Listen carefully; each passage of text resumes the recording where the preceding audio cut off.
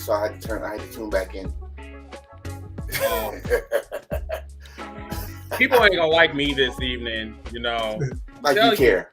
Like They you never care. like you. Hey, Like he care. Like he Yeah, care. that's true on most evenings. But still, like he care if anybody like him or not. I don't give a shit. There you go. It's just like throwing gasoline to the fire. Go ahead, don't like me. I just go burn you some more. If that's what you want to call it, that's cool. Shit. I mean, gasoline. Hi, everybody. Welcome to the Cookout. Yeah. Anniversary. 6 years, man. How did you feel, Mr. Wild Card Team Brady? 6 years. Yeah, it's been a journey, y'all. Like, I didn't if it wasn't for you, like we wouldn't even had this show. Like, I'm like, damn, it has been like 6 years with some change. How was crazy. Oh, let me turn this on. Why she look? Wait. I just reported. I know you're not watching it, but so Becky just lost the title, but then she grabbed the title, looked back at Jade, and then passed the title off, and Jade just standing there clapping. So. I mean, I'm not surprised. So is this like telling us she's gonna be in NXT? Which I'll go for it. I mean, I think it would be the best move right now, but if we're talking about Jay being that player, that all-star player, the missing piece for one of the main shows, I think she needs to go to the main roster. But if we're talking about developing her to the WWE way of life, then yeah, she needs to stay at NXT. AB the God. Yeah. Hey, B. Too bad you can't be on this evening, sir, because I really want to talk. Well, I know this is a pre-show, but since you're here, AB, Chris and I want to take a second and give you your flowers, man. With you being your age and just the knowledge that you have of the wrestling game, and just just being our financial advisor whenever we need these questions with the numbers and stuff like that. You've always been our ace, our number one guy for that, especially in the Cookout. Dude, you were one of the key players inside the Cookout too. So Chris and I thank you from the bottom of our heart, man. You are definitely a huge part of the Cookout, and we want to, tell you to keep on pushing with your school. And don't let nobody bully you around.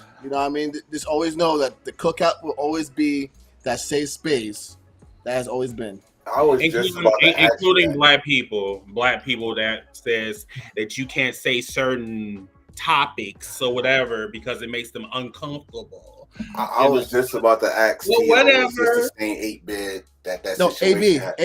I'm sorry, AB. AB the God. That's that situation that happened to him, bro. That's Swerve Strickland incident. This is AB. Yeah, man. Yeah, AB. Like we went up the bat for you, man. We had your 6 on that one. Especially that man that's talking, because I ain't know nothing about the situation. He let us in on it, and that's still fucked up. But yeah, keep your head up. You got some good brothers fighting for you. So wish you was on here though, so I could meet you. I'm turning out. Forza AB. This guy comes down to like numbers. Like if you want to understand like the legal stuff, or we're not like legal, like these numbers, and this man will break it down so good that a fucking 4-year-old could understand. Nice. The guy is good. This kid is gifted. Seriously, and it comes out to the legal stuff, like when we were talking about the Vince stuff and all the legal stuff. He broke all this stuff down, like what this terminology meant, why this is important, why this is not important, why he'll get hit with this, and he just broke it down to everybody, man. He definitely was a key part into our Cookouts. Nice. Very much so. So everybody, once again, this episode is we're just reminiscing. It's gonna be just laid back energy. Celebrating, shooting shit. I'm just Just all shooting, that. just talking about life and just how did we get here, or how did we get from there to here, and then also we're gonna bring on our guests, whatever. This is a whole cookout, so yeah, so we're gonna wait until we air, and then I'm gonna start bringing people in or whatever. So, hopefully you guys enjoyed the show, enjoy the cookout, and if you Did guys anybody bring any cards for the space table? huh? Did anybody bring the cards for the space table? There's no. Oh, I got cards. No, no, we don't want no violence tonight. We know. Yeah. So we have the space table. Do we have a dominoes table? I don't do dominoes. I just do Uno. That's it. Listen, if you go do dominoes, make sure you don't have no WWE tables. We gotta have strong tables. Very much so. Hey, that's true for Spain Strong too. tables and strong back like Taylor Swift. Oh Lord, Jesus! Yeah. If you know, you know. Hey, TK knows best. We'll be back, y'all. Initiating system 1. Wild card. Stormy.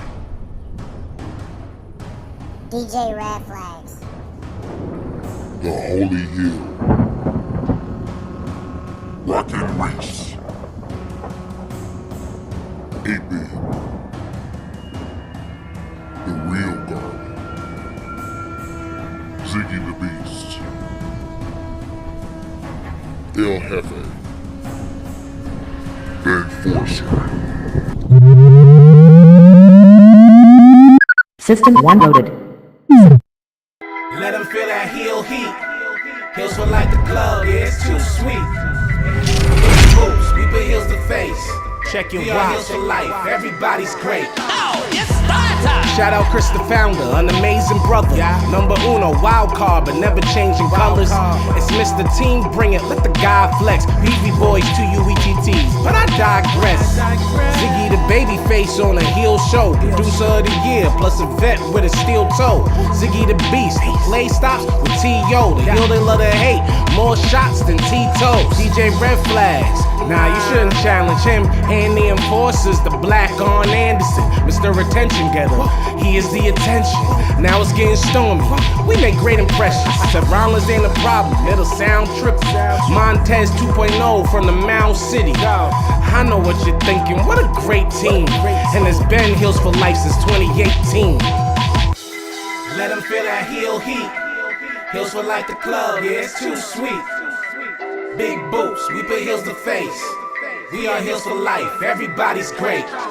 We're at the SmackDown Hotel having a cookout. Rockin' with Reese, encyclopedia books out. We need that all sports talk. This is a Reese cap, cooking with the real Garland. What's the feedback? The only double J he respects is me. I was a tweener, played the middle like a referee. No more bearded baby face, I'm the holy heel. King Ace on the printer like I know that's real. He's 18-bit. With that Macho Man flavor, all my 16s spit sound like we're playing on the safe. We keep it raw in a Monday, and Alex brings that nitro to a Sunday. El Jefe, the heels don't give an FA. Eddie had La Raza, me I got El Gente. We be the face without the foundation. It's the Heels for Life podcast. Stop hating. Let them feel that heel heat.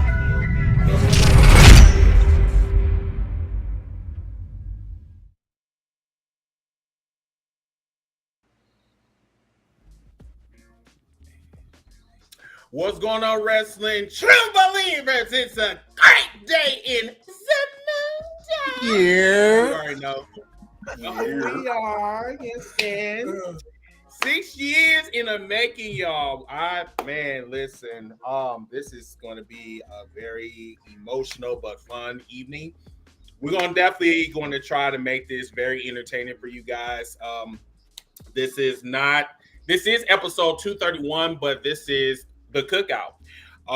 We have done this on Twitter. We have did a lot of we literally was the trailblazers, me, Stormy, and T.O., and we made it from just from a chat room to a place where everybody can just come to safe space. I really do appreciate the work that we accomplished. We did have to, shut it down because of life situations and to the toxicity on Twitter. But tonight, everybody, the Cookout is back. We got some special guests. Matter of fact, let me introduce you guys to the WWE Hall of Famer, Stevie Ray. Yo, what up, Steve? What's up, guys? What's going on, boy? How you doing, sir? Oh, wait, not done. Big Daddy in the house. What's going on? Hey, sis. Hold up. I typed it, but I need to say it now. Thick thighs save lives. Yes, Lord.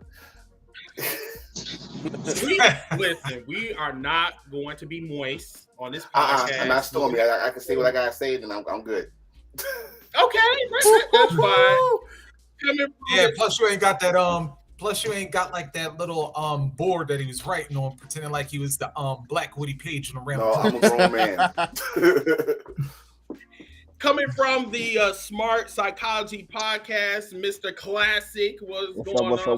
What's up? How's everybody doing? How you doing, sir? Caden Cassidy, what's going on from the indie scene? Oh, My guys, what's up? What up, Cass? Hey, been a while. Yes, sir. Mr. Jeff from the Hot Take Wrestling Podcast. What's going on? Yo. Yeah. And Bobby Stormy. please.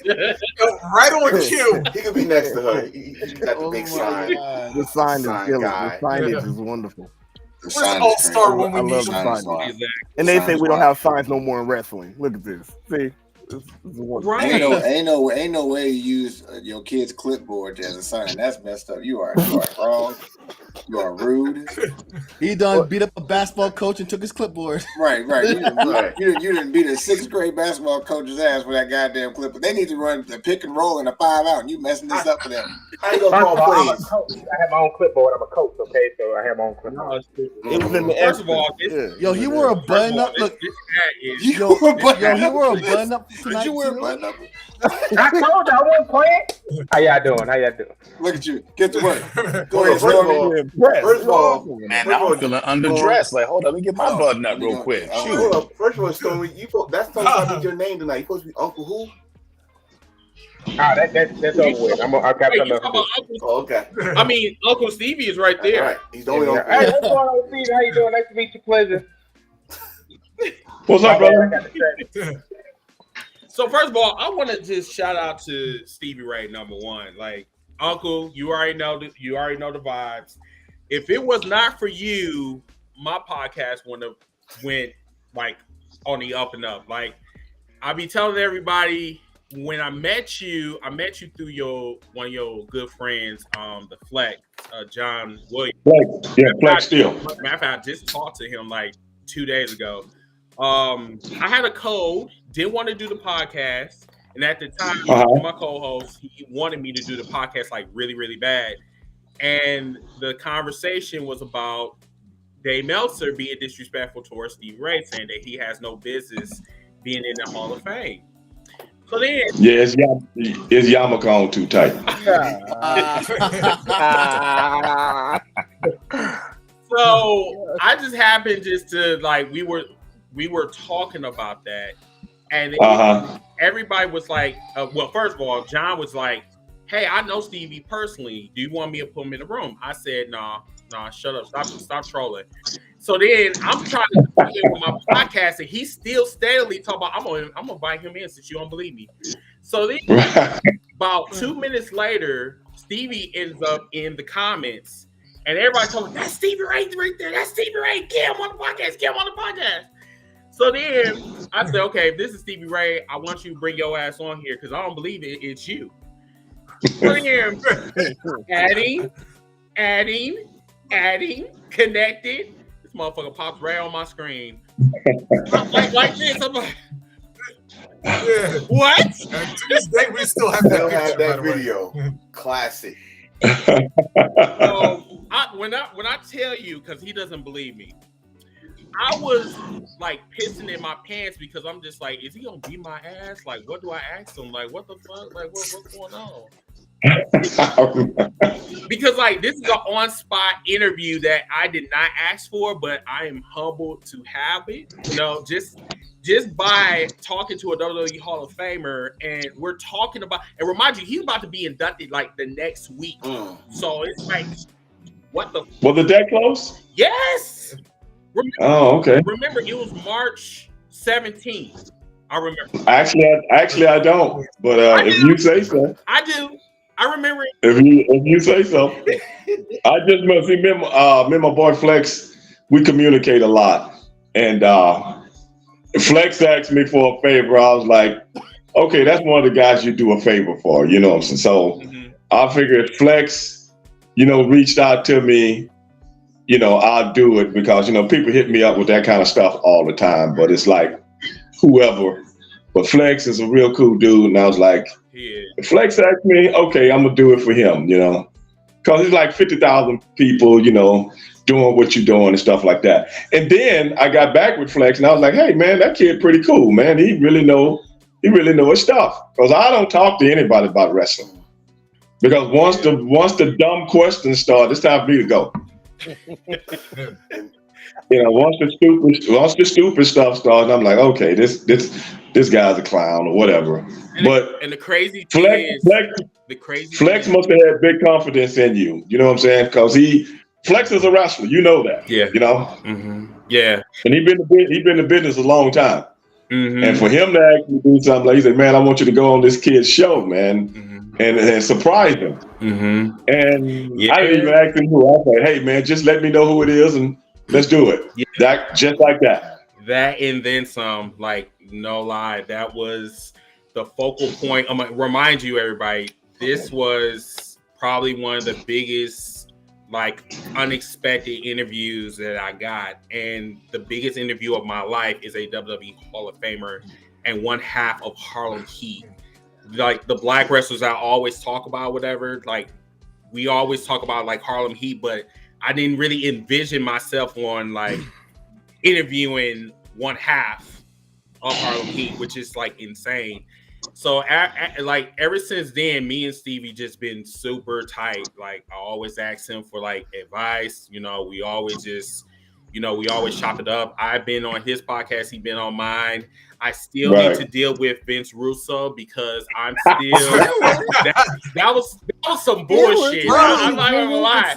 Listen, that is beautiful, bro. That is podcast history that this man called you out your full government.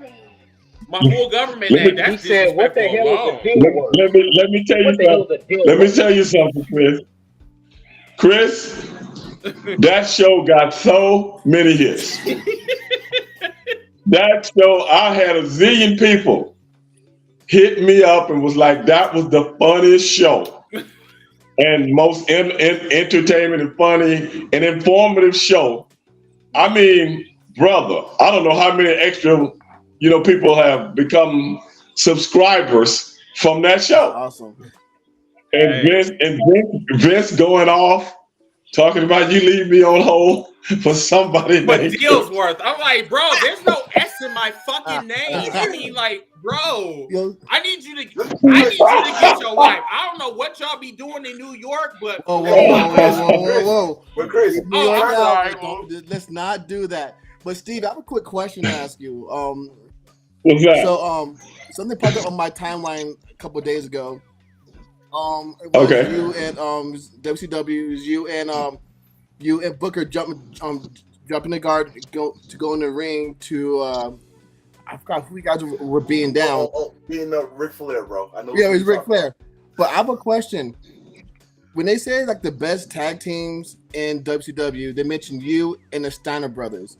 What was it like to be in the ring with the Steiner brothers? Ooh, good one. Oh man, we had so many matches with those guys, man. We wrestled those guys all over the damn world. Yes, y'all did. We wrestled those guys, and it was always good. We always had good chemistry with them from the first day we ever worked together to the last time we worked together, which I can't remember any of them, but I just know that. Yeah.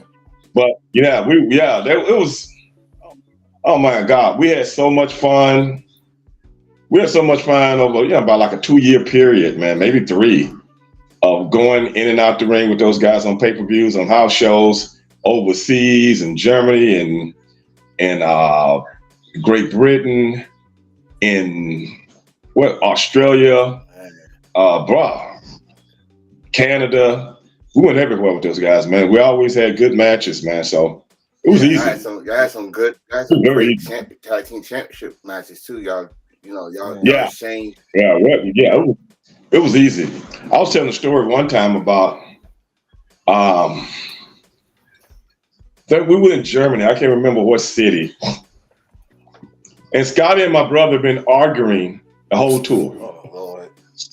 Been arguing the whole tour about Scotty, like, if we were heels, we would be better heels than you. And my brother was like, yeah, if we was baby faces, we'd be better baby faces than you. So this went through about 5 different cities, then maybe 4 different cities. Every day they're arguing at the building over just dumb shit. But okay, let them argue. That's them. You know what I'm saying? And me and Rick be looking at each other just like, what the fuck? Who gives a shit? Who cares? You know what I'm saying? Yeah, me and Rick looking at each other like, hey man, let them go through this, bro. You know, that was whatever. And then one night we're in Germany, in the middle of the ring, they still arguing. This is a true story. It never bro. ended. It's a true story. It never ended.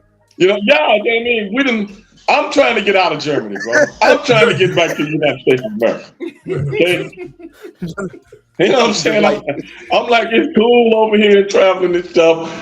I gotta go home, bro. I just want to get these matches over with and go home. But anyway, about it now. Yeah, I was just saying. Yeah, but anyway, now we in the middle. We in the match now. The match done started. Then all of us. Then maybe the match hadn't started. Maybe right before the match. Maybe we in the ring. You know how we used to jaw jack and stuff like that when we get in the ring with the opponents and stuff like that. And then my brother comes over and he goes, "We're the baby faces tonight." What? Oh, but y'all supposed in the to be middle the of heels. the now the match is okay. We got agents and stuff like that. I'm not gonna call who their names are, but they set up the matches, tell you what to do in the matches, so on and so forth. Well, they haven't told us we could do this. First of all, these people paid their money to see Harlem Heat as heels, and the Steiners as baby faces. That's how it goes. You don't just like on The Young and the Restless, you don't go from Victor Newman to billionaire, to some jerk off who just got on the show that don't know about it. You don't do that.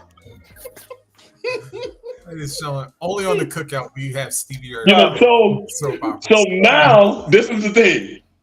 We got to remember everything that they have done, and they got to do all the heel stuff the way we've done it. And we got to do the finish. Everything is inverted. This has never happened to me before or since. And we went out there and brought the damn house down. No way. And then at the finish, Rick supposed to roll me up, and I forgot. I'm him now. Okay, I forget. I turned to Stevie Ray on the last spot, and then I got him up and like this for a body slam. Then I remember, oh shit, he's supposed to have me like this. So now I throw him down. He rolls me up. And I think that was the finish, and got out, and the fans went crazy. And I remember all the guys in the back when we came back to the dressing room. Everybody was in stitches laughing. Everybody was in stitches laughing. Like nobody's ever seen that before. Not in the middle of a match. And they were like, finally, maybe they got it out their system now. I'm like, well, I hope so. But I don't want to do that shit again. I mean, so that's a true story. So what was funnier, that or? I know it's coming. I never laughed at it. Chris, don't you bring it up? I never laughed at it. I mean, it was funny, but You know, it is what it is. Chris, don't ask him about the damn corn. No, I am going to ask him about the corn. What? I'm telling you. That was that. Corn. Hey, some people have not heard this story. Shocking. Listen, that corn shit. Anybody would have been upset behind that. You know, like, do you eat corn the long way? I mean, what are you saying? You saying that? I mean, you want to invest in my oral skills? I mean, I'm like, what are you talking about? Wait.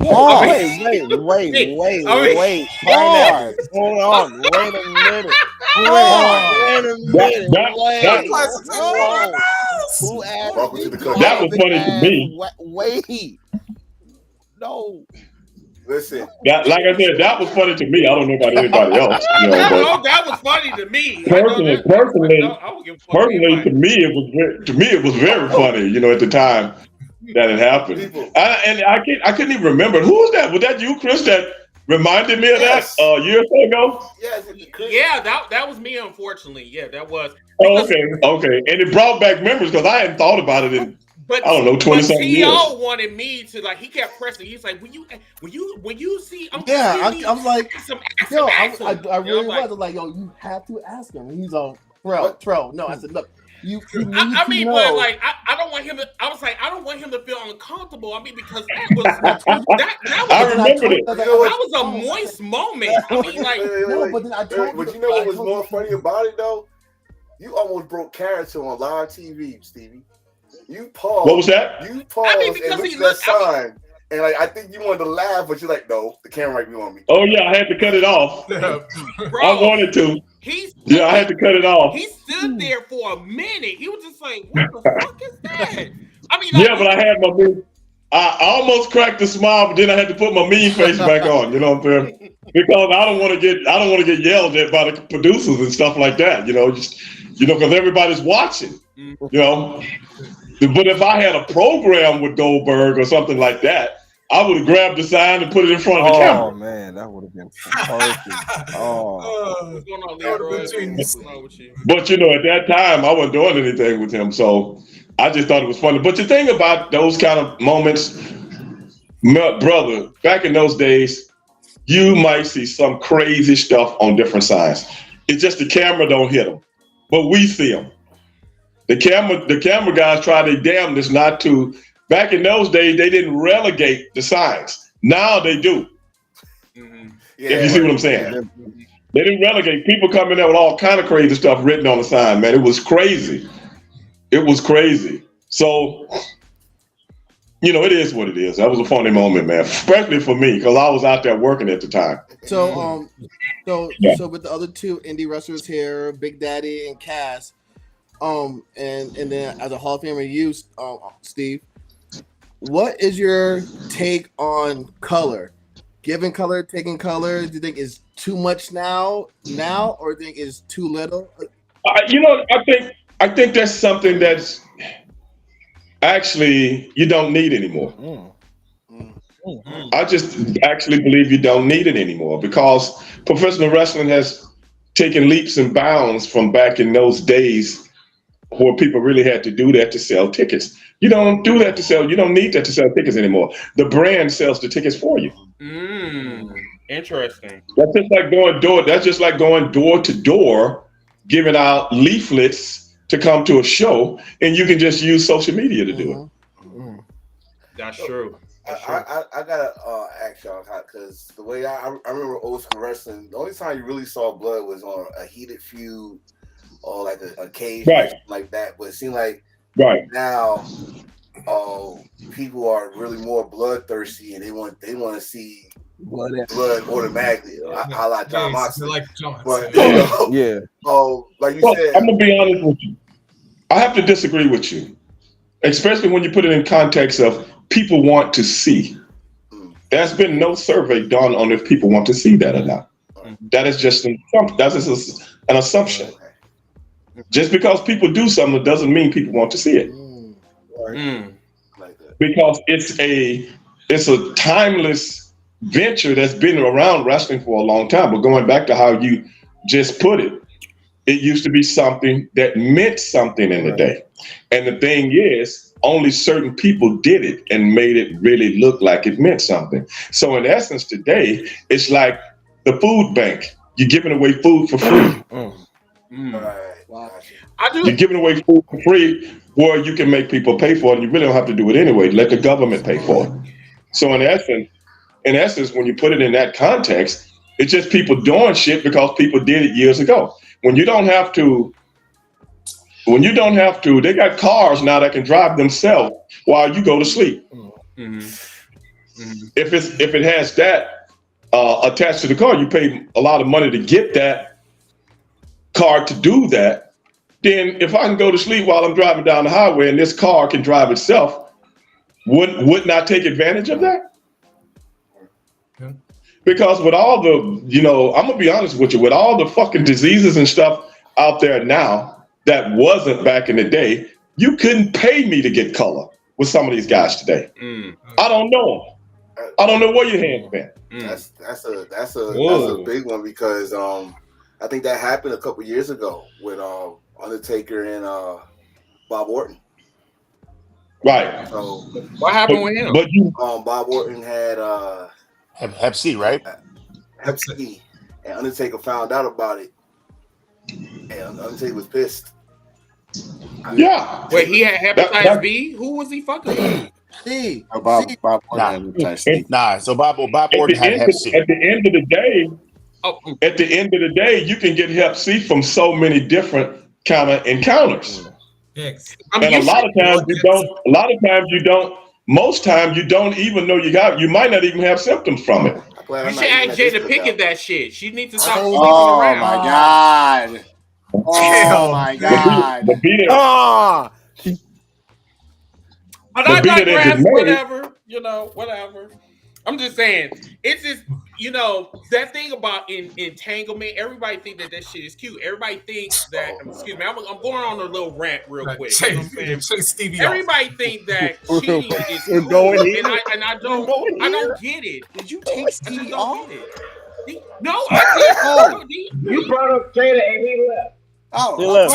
Right. Man's in agreement with Jada. My Look, you brought up Jada Pinkett and You made Stevie flee the scene. As soon as you said Jada, he heard those syllables and logged the fuck out.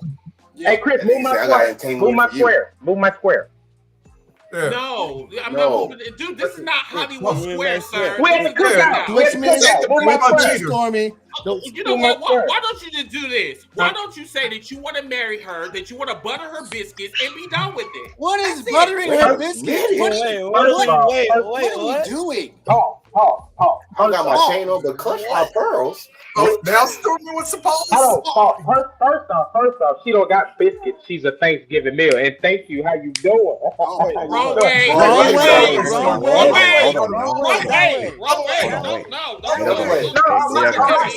No. That's Stormy Cook. No, move. That's Stormy Cook. Cook, Stormy. Cook, move. Go, Stormy Cook. Go ahead. Let him cook. Like Am I that way, like everybody. Yes. You're right. You're right.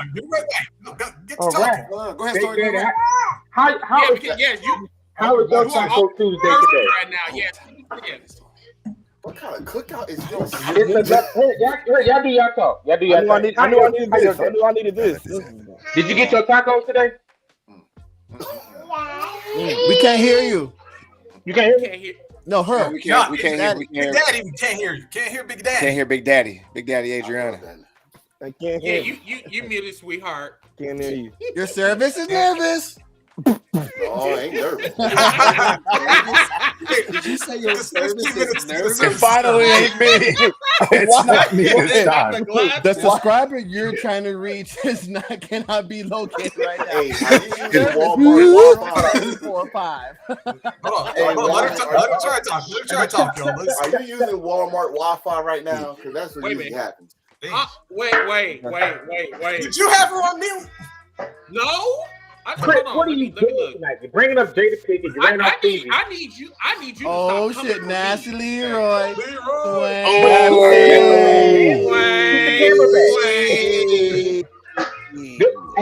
Yo, Leroy, you look like a horror movie right now, bro. Fucking eyes and shit, the goddamn camera and shit. Talking about you play game. You in the camera like a grandfather on FaceTime. What's all that noise in there? What's all that noise? What you say now? What do you say now? Is that gram of Insta? What's that? What you say? What you say, Lee? What? Hold on now. Y'all should have a cup of Insta while y'all at it. Yo. Let me get a mic check from Big Daddy. Yeah. Big Daddy. Be quiet. Nope. Service is nervous. There you go. Okay. Hey, hey, yo, tell me why Nasty. Was that you? Tell me why Nasty Leroy's camera kind of remind me of Busta Rhymes' music video. I do gotta admit, that is making me a little delirious. Shut up. Okay, Big Daddy, say something. Can't hear you. Nah, fam, I ain't hearing you at all. Yo, Nasty Leroy, with them thick ass glasses, your camera cannot be that close. I can't hear you, baby. Shut up. Okay, hold on. Let me see. Okay, Big Daddy. Trying to get the right camera angle. Shut up. Use your glasses. Try to back out and then come back in. I took her breath away. She can't even talk. I took her breath away. I'll save your seat. Pause this, Stormy. Yeah, about to say, we gonna pause on that. Back out and then come back in. Because something wrong with your audio. Okay. She probably got the same guy used to do. Turn off the whole computer and then come back on. Hey, no, y'all saw what happened. It's called the storm happened. That's what happened. Hold on. Big Daddy, go ahead. It's low. Like you can't really hear it. It's low. Like you can hear like bits and pieces. What'd you do last time? Take that mic off. Come here. Last time you didn't use your mic. Oh, I heard unplugged. Yes, it's low now. It's low, but we can hear it. It's low. There we go. Oh, there we go. Yeah, I just heard. Did y'all see the hair flip though? I did. Huh? Oh, there we go. Look at him. I see you, Stormy. Now go to work, Stormy. Go to work. Stormy, go to work. I'm letting her go. He's happier than a tornado in a trailer park. Hold on. Stormy, get your lighting right. Get your lighting right, Stormy. Get your lighting right. Stormy, get your lighting right. There you go. Put the weekend lighting on. The weekend lighting on. Like you about to sing. There you go. Get it right, Stormy. What did you do the last time, Big Daddy? I just didn't. I didn't. Oh, there you go. No headset for you. No headset for you. You don't need it. You don't need that. Okay. Red cups up to you. Red cups up. Yeah. Stormy. Yeah, damn it. Oh my God. But no, I meant what I said. I believe in you. I meant what I said. Y'all need to stop being so goddamn nasty. That's y'all problem. Hey. I ain't even do nothing yet. Hey, Chris. Christopher. Hold on. Everybody stop talking. Yes. 1 second. Christopher. You stop it right now. You're the problem. Yes, Stormy, the floor is yours. How am I the problem? We have a whole episode of you going through like food, descriptions and all type of nasty stuff. Okay, you're the problem. What do you mean? You're nasty. You're respectful. How am I nasty? You're in Chicago. I'm not nasty. Don't tell me where I live. Don't tell people where I'm from. Okay. Oh, so now you what? You don't want to represent Chi-Town? I do represent Chi-Town. He got. But what I'm saying right now is, listen, I want you to hear me clearly. You are the goddamn problem. Okay? I'll be there. I'm telling you right now. But you know what? I'm the problem that you can't solve. So I'm not worried Him, about the Marina Shafir? He's the problem. If you gonna do that, Did you just call yourself pie? That's weird. Real quick. You're not in the equation. You're a human. Okay? So real quick. Anyway, real quick. So for guys who didn't see the episode last week with Big Daddy, Big Daddy. Great episode. This one right here, in a couple of weeks, has a tournament, and in that tournament, she has a date with the ruthless Lala. Oh, sis. Oh, God. And then, Chris, do we have that promo lined up? I do not. Oh, it's not yet. I do not, but shit. Lala is in the she's watching. I'm not too sure if. Hey, sis. She haven't said anything yet, so I don't know. Hey. But no, She did call out Lala. Lala did respond on Twitter. You know who I'm going for. She just kind of brushed her off or whatever. You know what I'm saying? So if Lala do want to come up, I can bring her on. That is not a problem. So Lala, if you are here, and if you want an invitation, y'all can talk. You are more than welcome to. So if you are here, let me know. I want to see this lariat. I want to see because Big Daddy said verbatim that she's not taking her head off with that lariat. So lariat. Oh, you know what he said? He said lariat. He said it was lariat. He was slurring. No, I did not slur. He got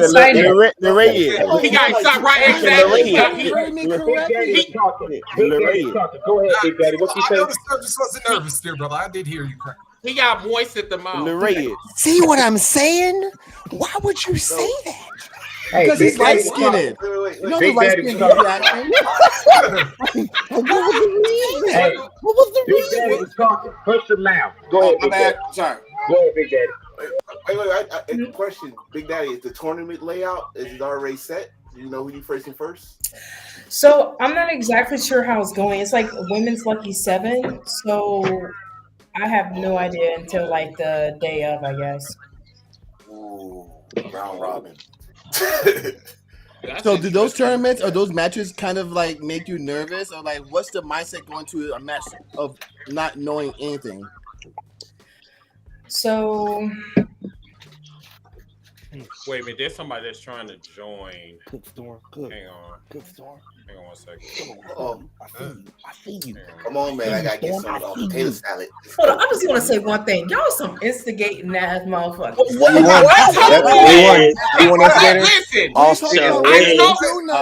I told you they make me Hold up. We've never met. Hold on. How do you know he don't really cook for sure? Like we just talking about really cooking in the kitchen. Like it ain't cook. Wait, man. say what? We're promoting the show. Stormy, you cook. Stormy. This is called. Stormy, can you? This motherfucker is drinking a fruit. Whoa, wait. Everybody talking. Say that again. Somebody was talking. Yeah, I said. Everybody I said this motherfucking Leroy got a big ass can of Fruit Punch Arizona iced tea. What the fuck are you doing? What you mean? What the fuck am I doing? I'm chilling. You telling me, Leroy? Yeah, show this World Series. You got the black cup. What you got in that cup? What you got in that cup, Leroy? Arizona tea. Swang.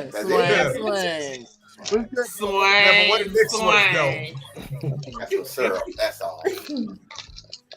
I'm a chef. Yo, Leroy. I told you. I need that hoodie. I need that pound. The ticket, that one hoodie. Is that it right there? No, the ticket. No, the other one. Oh, no. Yeah. This is the ticket to answer his question. I mean, hoodie. Dude, that hoodie is hilarious. I swear I thought that was the food stamp hoodie. He said that was a food stamp? Yeah, I thought that was the food stamp hoodie I see on TikTok. It's crazy. It's not a food stamp, it's a ticket. You so close to the camera, I couldn't see it. It's his glasses. Ticket, man. It's his glasses. His glasses are HD. Yeah. Yeah, usually dorky. Wait. You might want to flip it. Hold on, Big Daddy. I asked this question last episode. You never. I wanted to see the big belt. You got the big belt? Oh, it's downstairs. I gotta go grab it. Yes, can you please go grab that belt? Yeah, I'll go grab it. Give me 2 seconds. All right. No, okay. TL. No, just stop looking at you. Pause. Yeah. No, I'm just telling the only thing TL is missing right now is Mike Tyson. Is what? It's about you. Mike Tyson. Mike Tyson? Yeah, because remember, is he like Mike Tyson? Remember that day when DX was ready to convert Mike Tyson, he ripped him off, and then he had the DX. Because remember, Sean was having his cowboy hat on at the time. So yeah, you got it. Well, I'm wearing the cowboy hat and reference to NXT.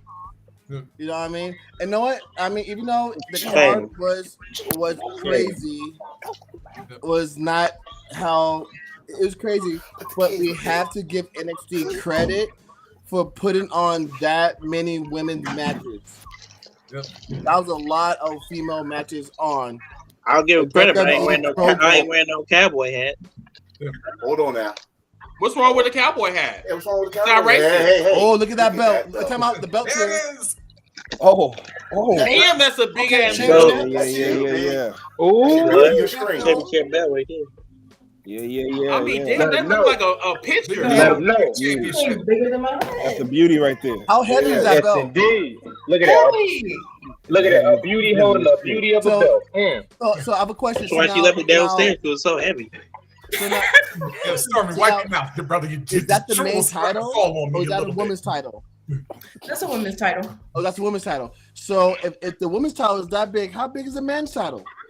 That's that big ass belt I saw. It's smaller than mine. Mine's like the biggest belt on the roster.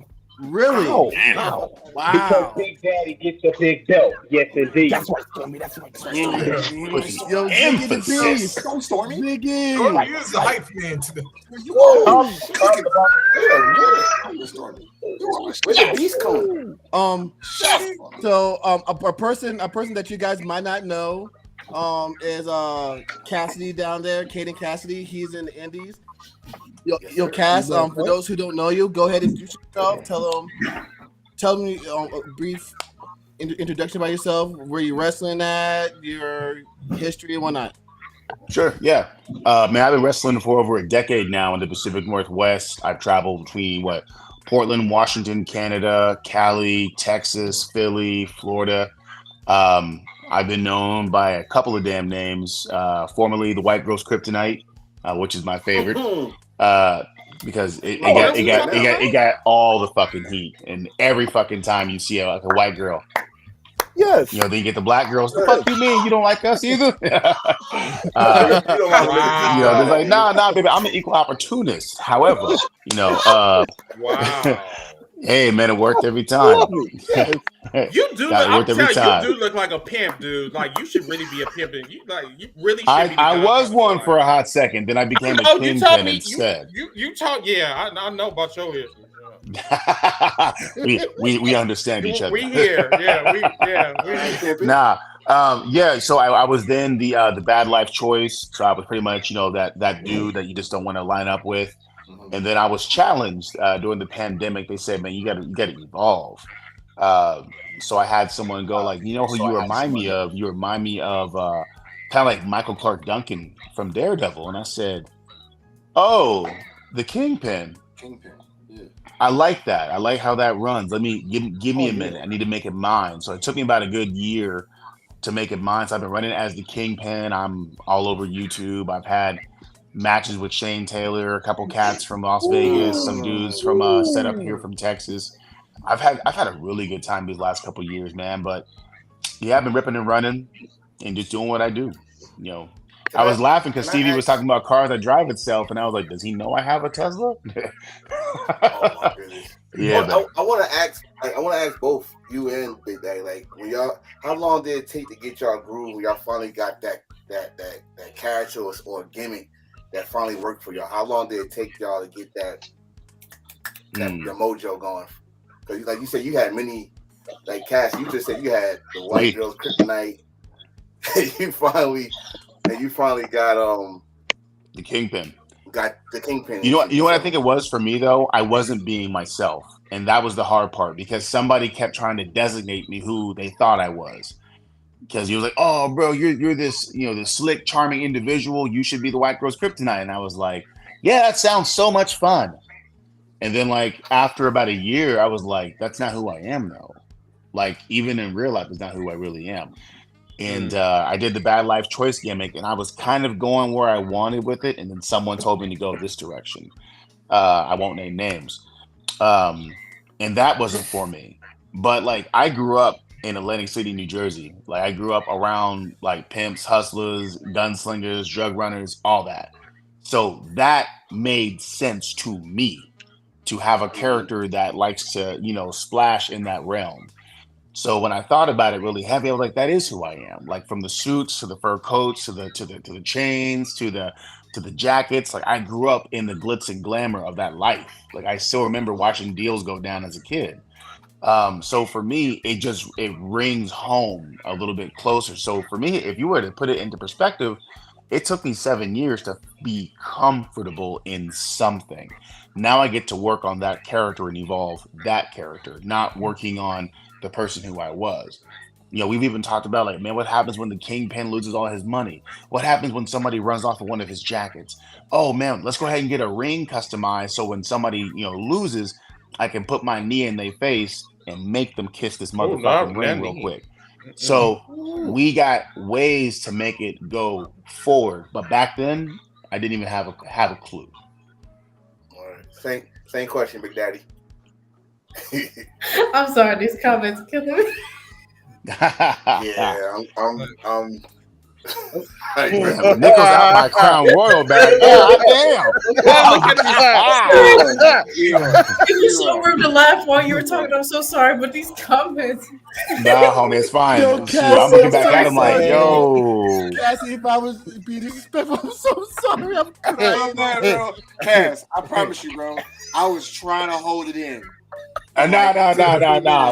It's cool. Because your stories in depth is powerful, but these comments is crazy. Bro, they're wilding out these comments. Yo, is this the version of Cookout I've been missing on Twitter? Yes. Oh this is what it typically is. That's why I love it so much. Oh my god, I'm fucking crying right now. I can tell her story. Cass, I just followed you on IG. I just followed you on IG, bro. I can't. Oh, thank you, brother. I'll follow you back. Thank you, bro. I can't.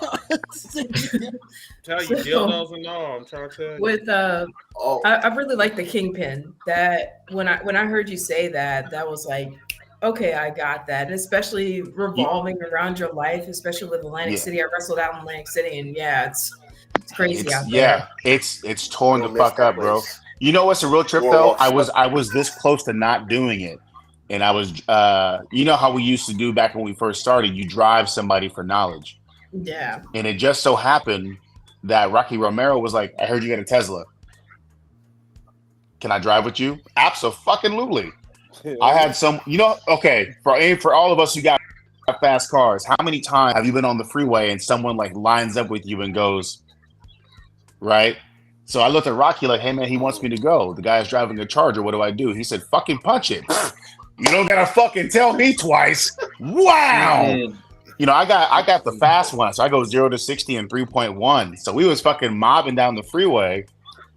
But he said, let me watch one of your matches. And he watched the entrance of one of my matches. And I always say the entrance to a match to me is like the appetizer. So I'm like, if the appetizer don't look good, I probably don't want to eat here at this restaurant. Like, oh, you got bomb-ass mozzarella sticks? Shit! Something like that. So he watched it and he's like, I love everything about this presentation, but I don't know what a bad life choice is when I think of a person.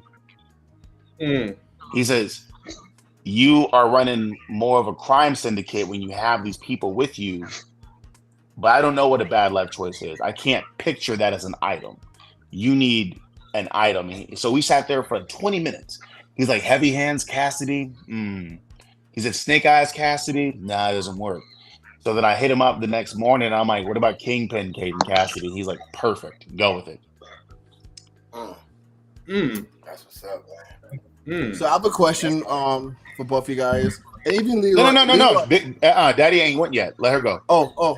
That's right. Oh shit. Always gotta do what Daddy says. I swear that goes for two things. Hold on now. Hold on. Let me cool down.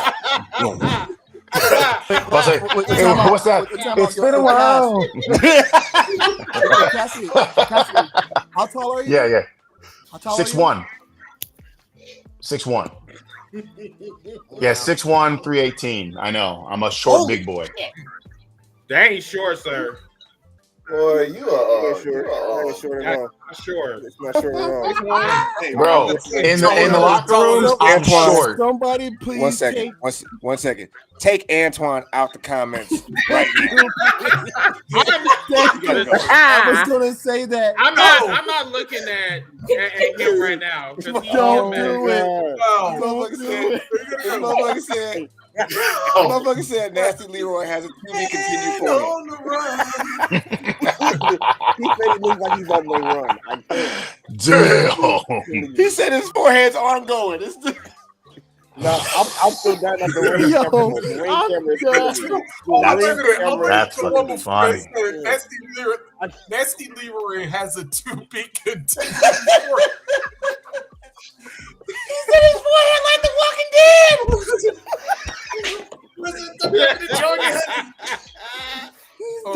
Oh my god! They said that Nasty Leroy. Nasty Leroy, come back. Came from Leroy. Back out the camera. Yo, Chris. Antoine, you was getting MVP tonight. Chris. I don't care what anybody else says for the rest of the show. Antoine, you are my MVP. Yo, Chris. Antoine, we trying to have a good show. Yo, Antoine said that Nasty Leroy's forehead led the Million Man March next to Cody Rhodes. Cody Rhodes ended racism and slavery for a reason, okay? For real. So, God bless that man. If you're going to say that this man is the face of... Never mind. Just never mind. All right. Big Daddy, please go so we can try to... Okay. So let's talk about TNA. Are y'all excited that TNA is back, or is this... Wait, y'all keep trying to skip Big Daddy. Wait. Hold on. Big Daddy was about to talk. Go ahead. Was trying to take up a TNA. Right. Hey, now, hold on. So I gotta block out Leroy on the left. I'm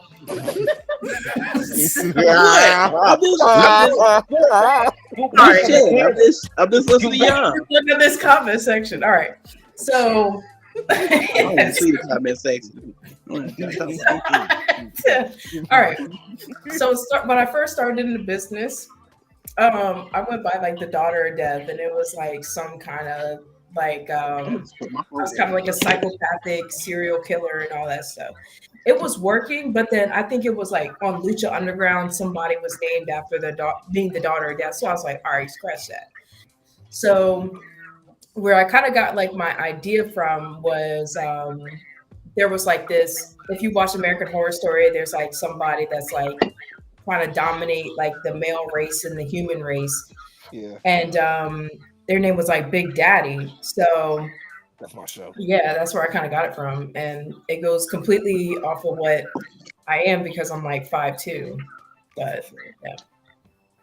Girl. So when are we gonna work? So stupid. I was waiting for that question to come when are we gonna work? Whenever. Look it. Can't wait. Nasty Leroy. Oh my god! You know, the Kingpin always needs his Queen Pin. So if you ever want to team up, we got this. We would actually be a really good tag team, like the Kingpin and Big Daddy. Mm-hmm. Oh my god! Wow, we just created a tag team. That sounds like my question is. You gonna need some Hicksman though. You need a Hicksman. You gonna need a good solid Hicksman. Time out. Tag me in, Stormy. Stormy be the guy that take the pins all the time. Y'all stay straight. Y'all stay strong. Tag me in. He tagged you in. That's a two-part question. All right. Cassidy, what's your finisher?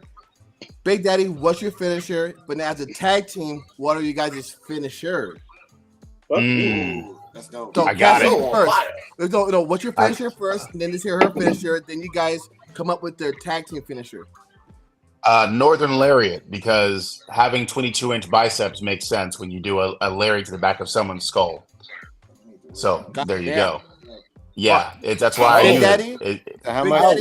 What's your 22 inches? finisher? All right. Mine is I call it Daddy Issues. It's a pump handle body slam.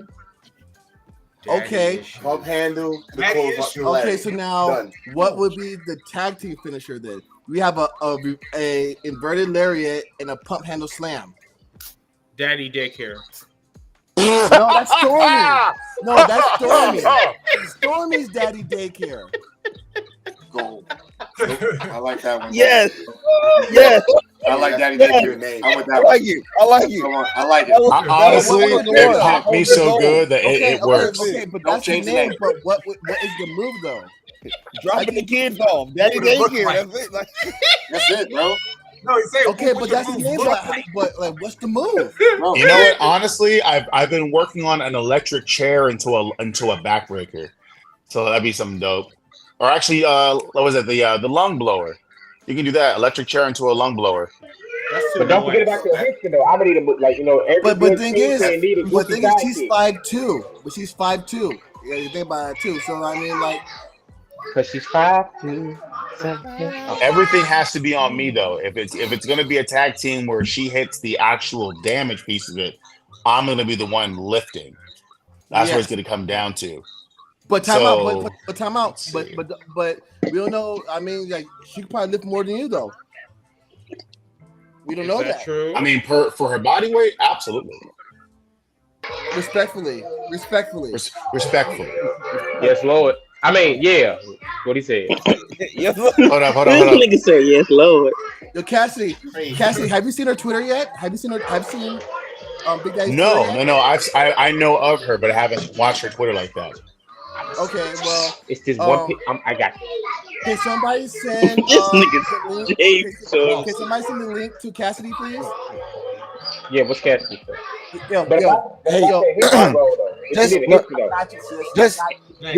Just out of nowhere, just out of curiosity. Boom. There we go. I happen to have my phone right here. How far back is that picture? Which one? I like that. Electric chair into a code breaker works. Which one? Yeah.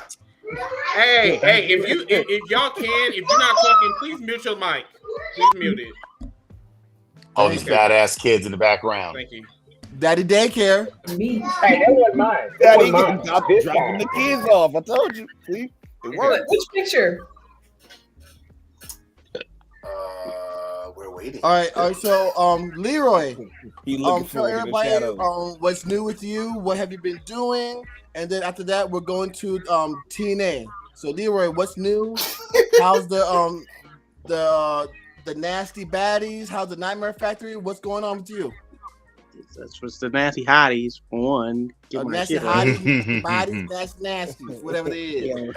So I always wonder why you call them nasty.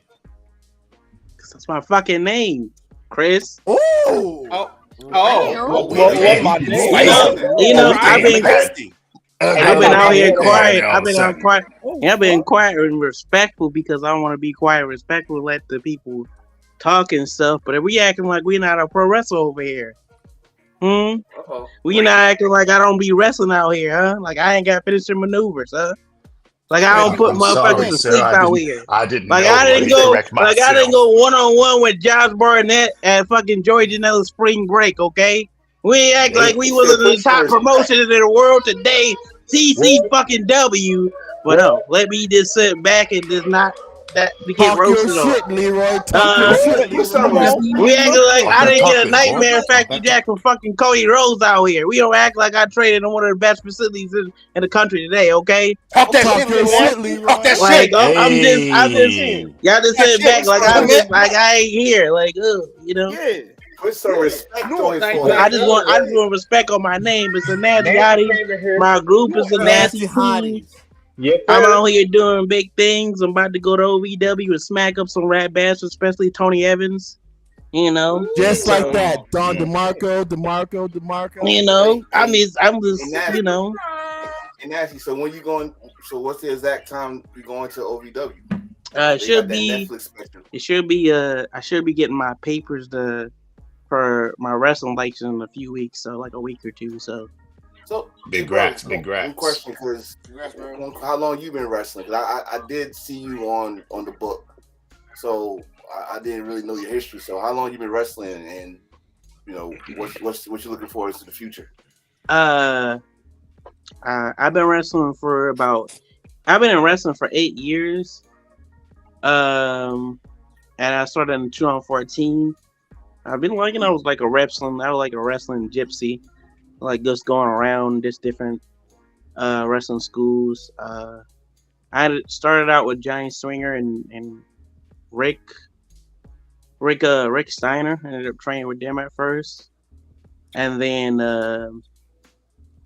I left wrestling for a little bit, came back, started training with QT Marshall and Cody and all them, and yeah. So I got on the map in the pandemic because of my friend Clothesline Ramon, who's currently in AEW now. I think he's out of promotion. I just don't know what his title is, but he hooked me up with Joey. That was before the pandemic, and then on the pandemic, he did the show called the Janela Zone. I went on there.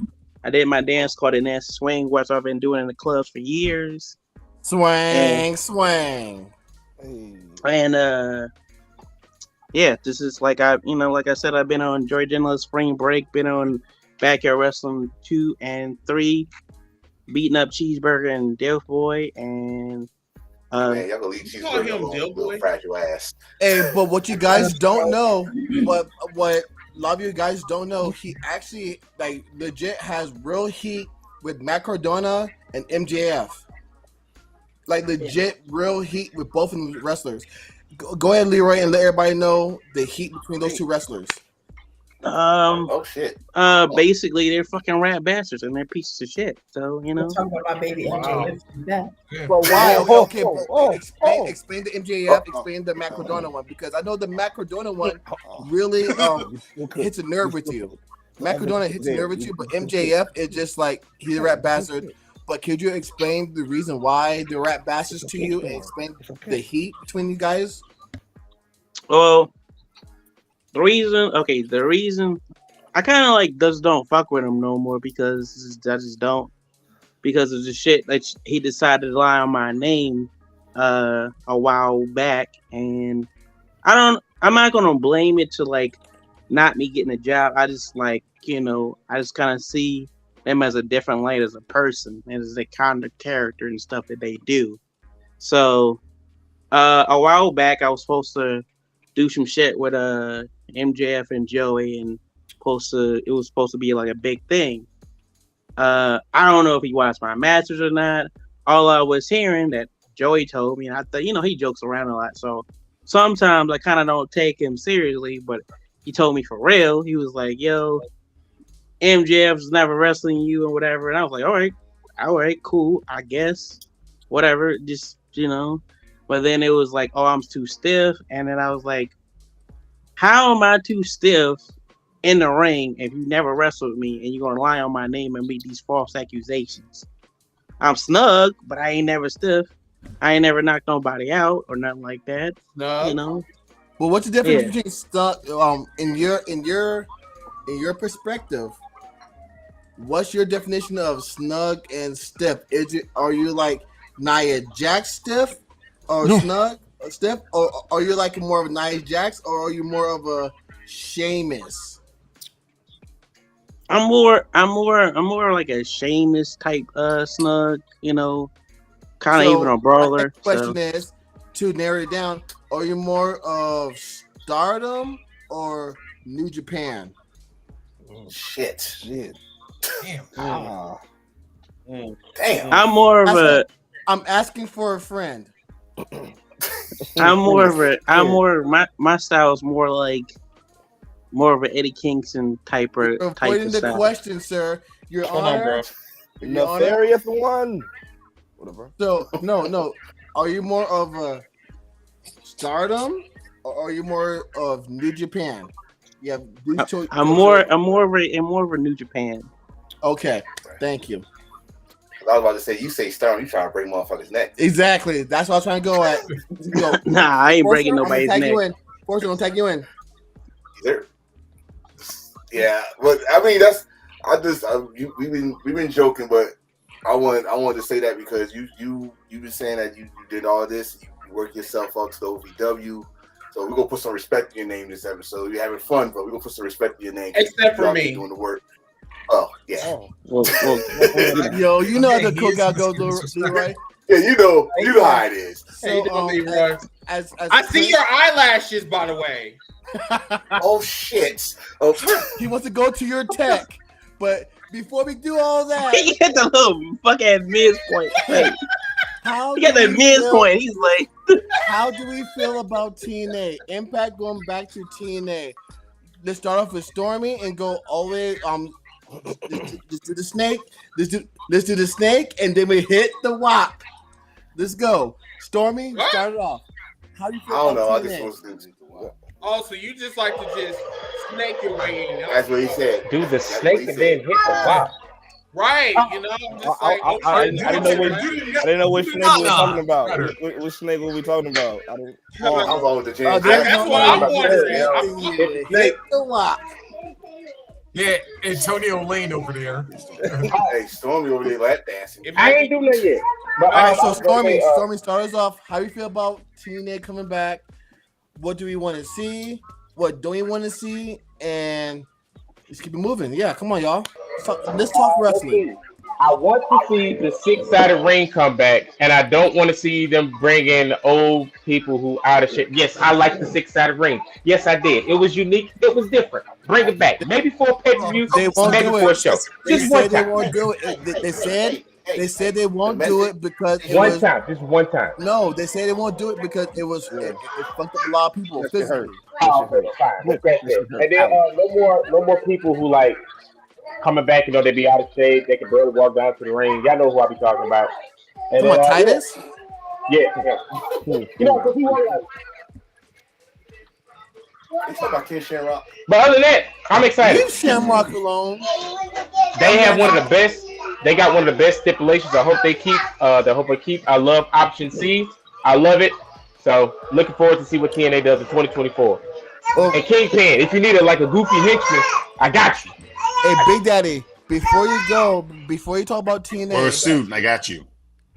Big Daddy, I don't give you a thought about TNA. I want to ask you: is TNA/Impact a promotion that you would think about going to all right, here we go. You have 3 choices. TNA, actually 4 choices. 4. TNA, WWE, AEW, or Stardom. Who would you go to and why? And then I want you to give your piece and give your 2 cents about the whole TNA coming back. Go. So if I were to choose, I would say probably Impact. Probably because you have that availability of being on TV, on national TV, and then also allegedly because they really don't have a TV deal yet, or do they lock one down yet? Who? They still got one. They didn't. I don't think Impact and TNA locked down a TV deal yet. Did they? They got a streaming service. They have a streaming service. I know. Wait, did they lose their contract with Access TV? Yes. Active is no more. They only have a streaming service. Wait, when was that? Well, and the streaming, hold on. And the streaming service has a lag to it. So, like when you watch it, it has a lag to the streaming service. I've seen it. I've indulged into it. I'm still asking, when did they leave? I just watched it on Thursday. They haven't left Access. They want they want to compete basically with the higher ups. They want an actual channel television TV deal where it's on all syndicate. Yeah, so try to get something like ECW or My Network, or if not one of the. It's not like an ECW. Y'all remember when ECW came on at 2:00 in the morning? After no, yeah. Remember ECW came on before BET Uncut. So you watch ECW. Why would you bring that up? Then you watch BET Uncut. Because you want to watch Pete popping on a handstand. I'm about to say, I'm going from the tip drill to watch a New Jack kill somebody. Hell yeah. That's a whole fucking night.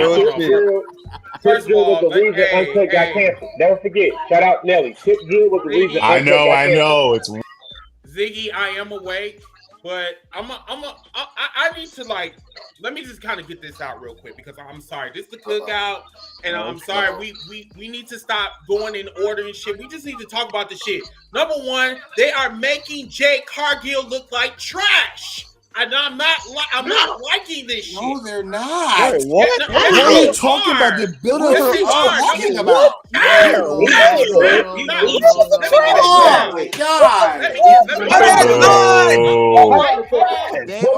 Boo this man. There's This more man. build in her. Hey, reaching, man. Hold on. Because Make I it on need to tomato. just get this out. I need to get this out.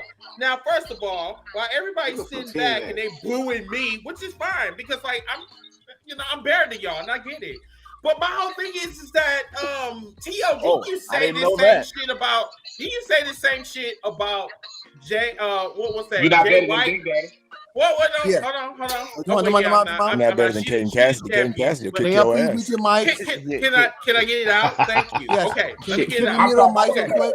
Chris is talking You're to not me. better than my boss, King Cat. You're not better than Kingpin. Caden Cassidy will kick your motherfucking ass. Okay. First of all, let me just get this out because we was having this same conversation. I'm being real about this. We had the same conversation about Jay White. Now, T.O., you were complaining that they need to push him to the moon. Yes. That's what you said, right? Okay. Yes, sir. I said to you that this should be a slow burn. And it's working to perfection, which I stated. Yes. Jay Cargill, why the fuck this bitch got a motherfucking crown? Why she got a throne? She haven't did shit. She haven't did shit at all. Number one, she's not even. Excuse me, hold on. First of all, she's not even she's not even a former or present world champion. She was a mid-carder, okay? Yes. And now they treat her like she's royalty. You're right. I get that she looks like Storm, and she's a beautiful Storm, and I love it. She's a hurricane. Yes. She's my hurricane, and I like Not it. you, Stormy. But at the same time, I'm just thinking that they're buttering her up like a biscuit, and I'm just not liking that. Okay. What is going on with you and butter and biscuits? Time out. Hold on. I'm getting hungry for Popeyes all of a sudden. Hold up now. Hold on. If you can mute the mics. So, Chris, you and I go back and forth a lot more than anybody else we do, unless you're one of your TikTok friends. But I will say, the way that did Jay White was your way, and you were right. Mm-hmm. I'll give you credit for that. You were right. I said they should push him to the moon. You said they should give him a slow build. They gave him a slow build. Now look what the Bullet Club Gold is, and look how strong they are. So, Chris, you were right. I was wrong. But no. Let me finish.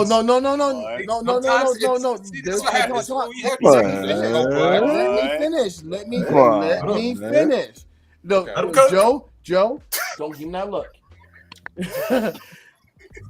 Okay. No, but we come to Jay Cargill. I said it before we went to the live show. I feel like if they're going to try to push another main card woman into the scene, then they put her directly towards the main roster. Mm-hmm. If they want to do some black girl magic and get more African American eyes on the product, they need to do WrestleMania 40, Bianca and Jade for a title. They need to do that. Mm-hmm. But if they want to get her done by the WWE way and a WWE mindset, they need to put her down to NXT. But so as of right now, Chris, everything that you have said, everything that you have prophesied has been correct. So I one of your many feuds, your Rock to your Austin to your Rock. I will say that you were right. I wouldn't say that. I mean, I would say then, asshole. I would say probably Kurt Angle, maybe a little bit. I'm a Kurt Angle. Take that. No, No. I am your Austin to your motherfucking Rock. Angle. Yeah, Chris, I didn't mean that. Chris, I'm sorry. Chris,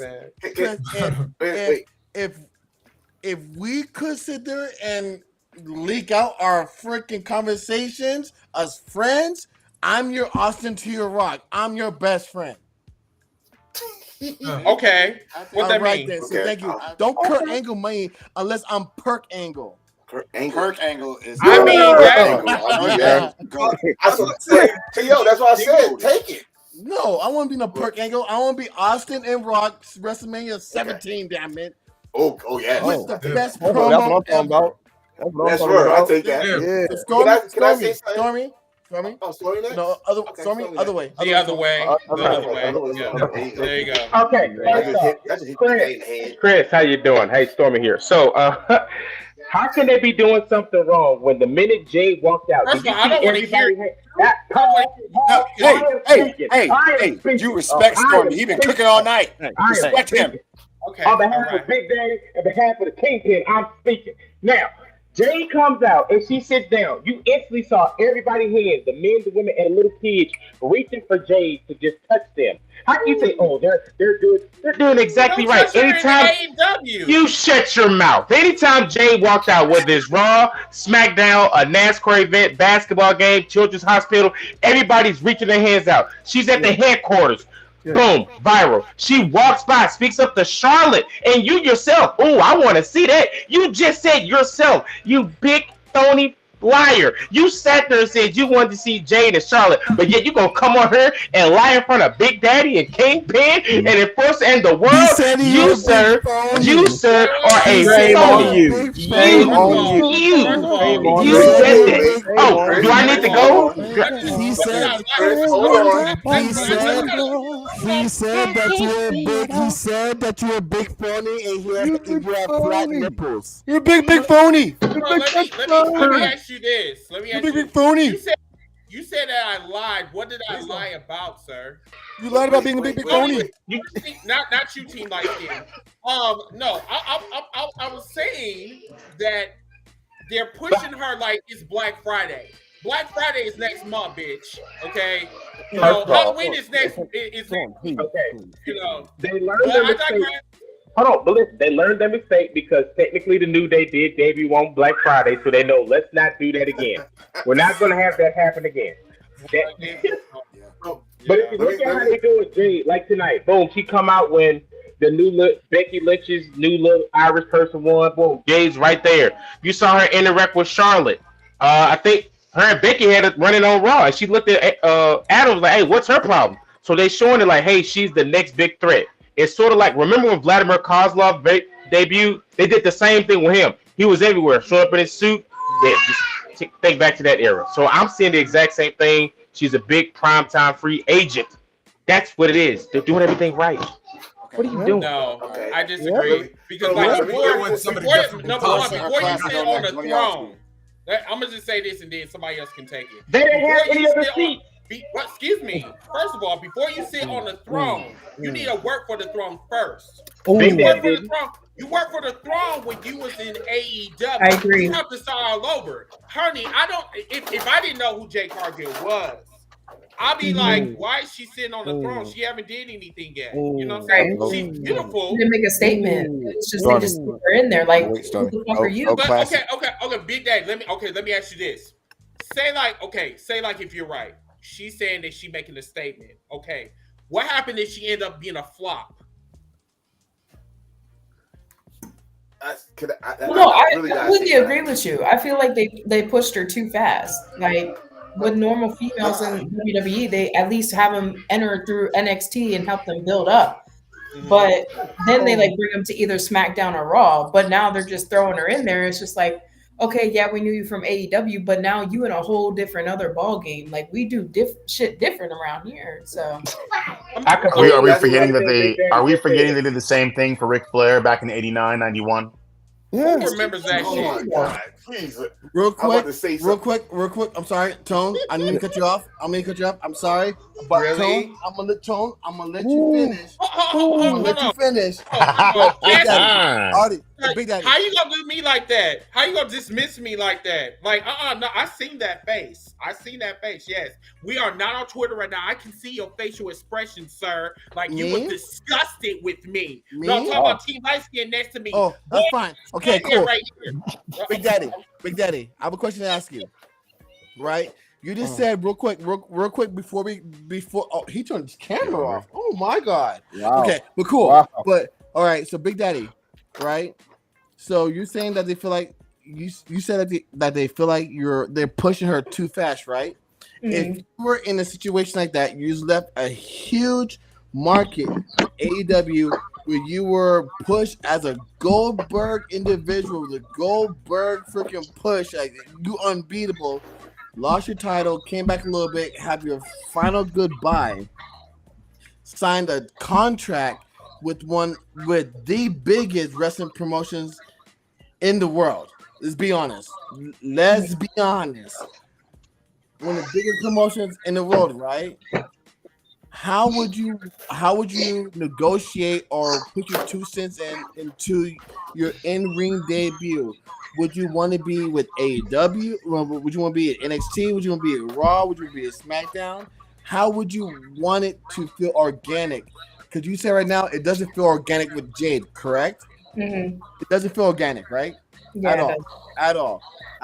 If you were put in that position, how would you try to pitch it to make it feel organic, knowing that the WWE has struggled with their women's division?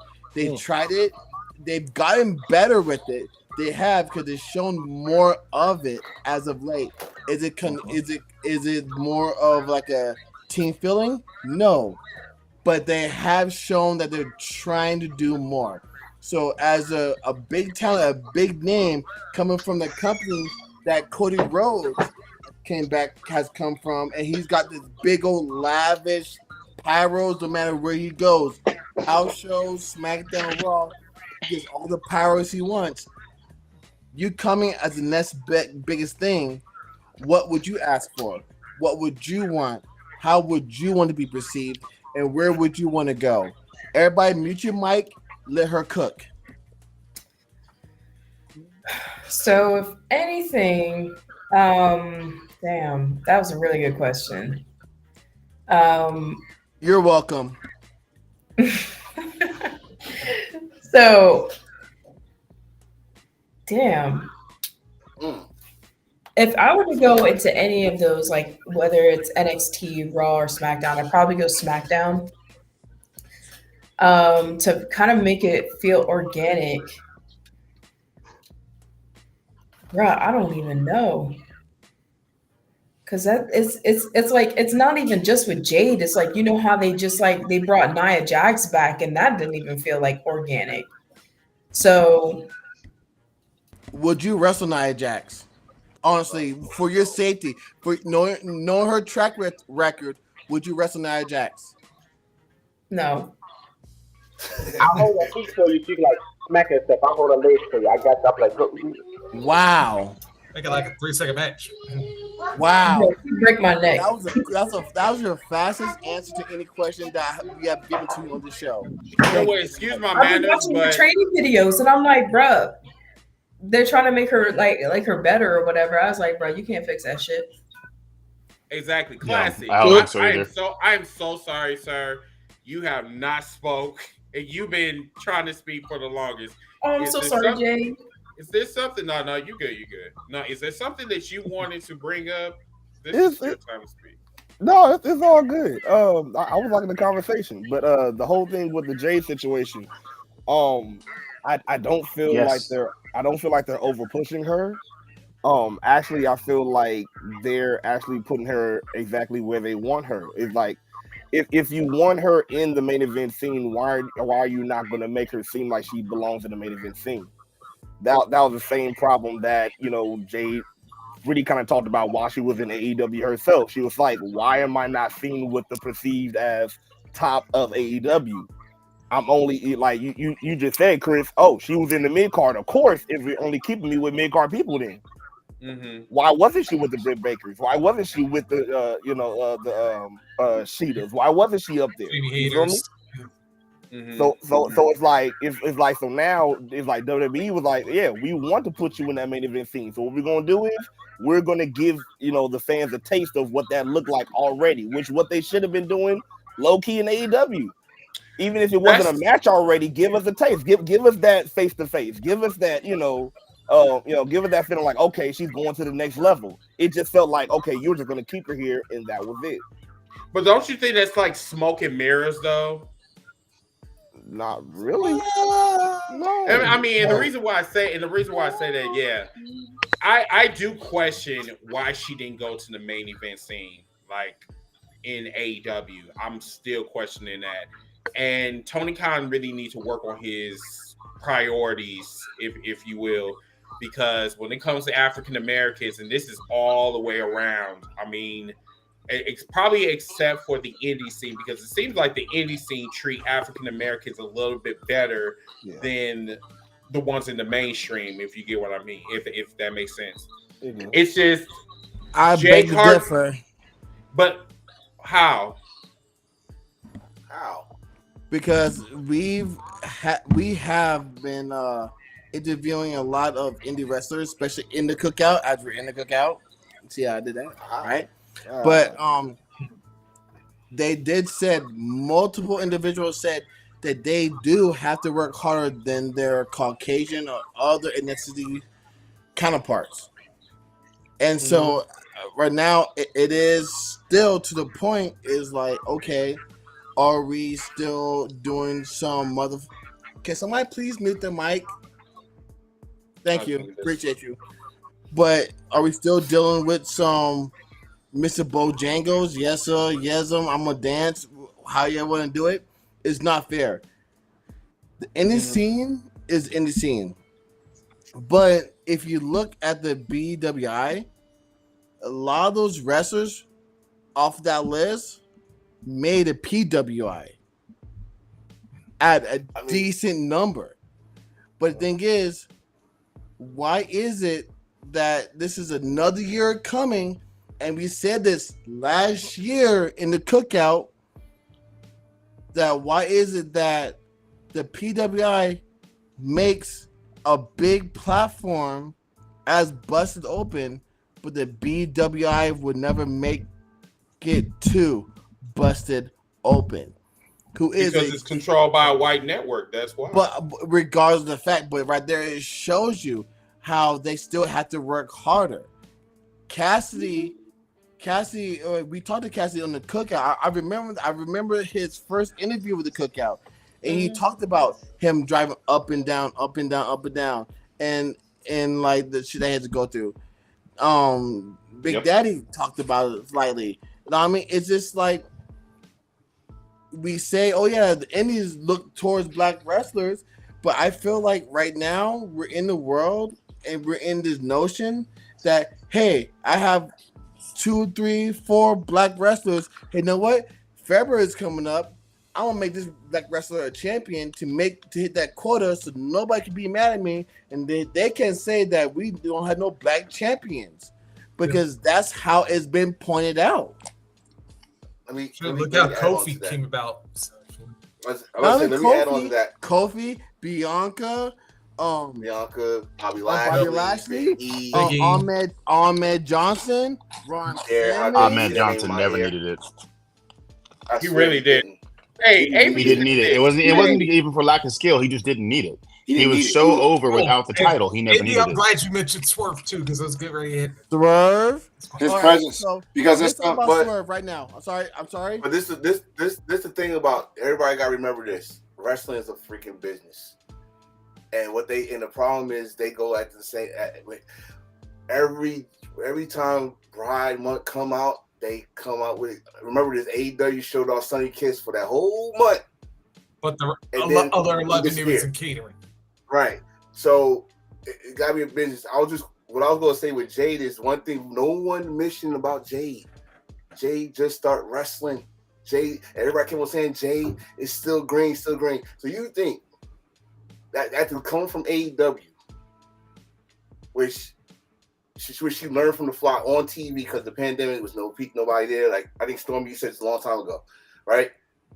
Now she gotta go to another company where they slowed down, and so y'all want to put her in the main roster. I mean, granted her star power is there, but she still got to perform, which is still in question, and that's why I'm a little bit concerned, because Jade, I fear that Jade is not going to improve even in WWE. Because her last great match was was her last match. And I could be wrong. I could definitely be wrong, but that's the at the thing. same time, I'm This is just. the thing. Well, let's ask this question real quick. Tone, Wait, ask this question real quick. Hold on, Tim, because I've been holding this shit. I'm going to say what I gotta say. Sorry, So my thing is this with Jay. Her last match at AEW was one of her best, if not the best match she had in AEW, right? Mm-hmm. And she was getting taught by Bryan Danielson. Now you're going over to Shawn Michaels. You got these other wrestlers, multiple wrestlers other wrestlers that can help her in the selling and the talk of that. Because remember, during that title run, she ain't faced nobody during that title run. She mostly faced tryout people, and when she did have a feud, it was over in that freaking month. Allegedly. It was over in that pay-per-view.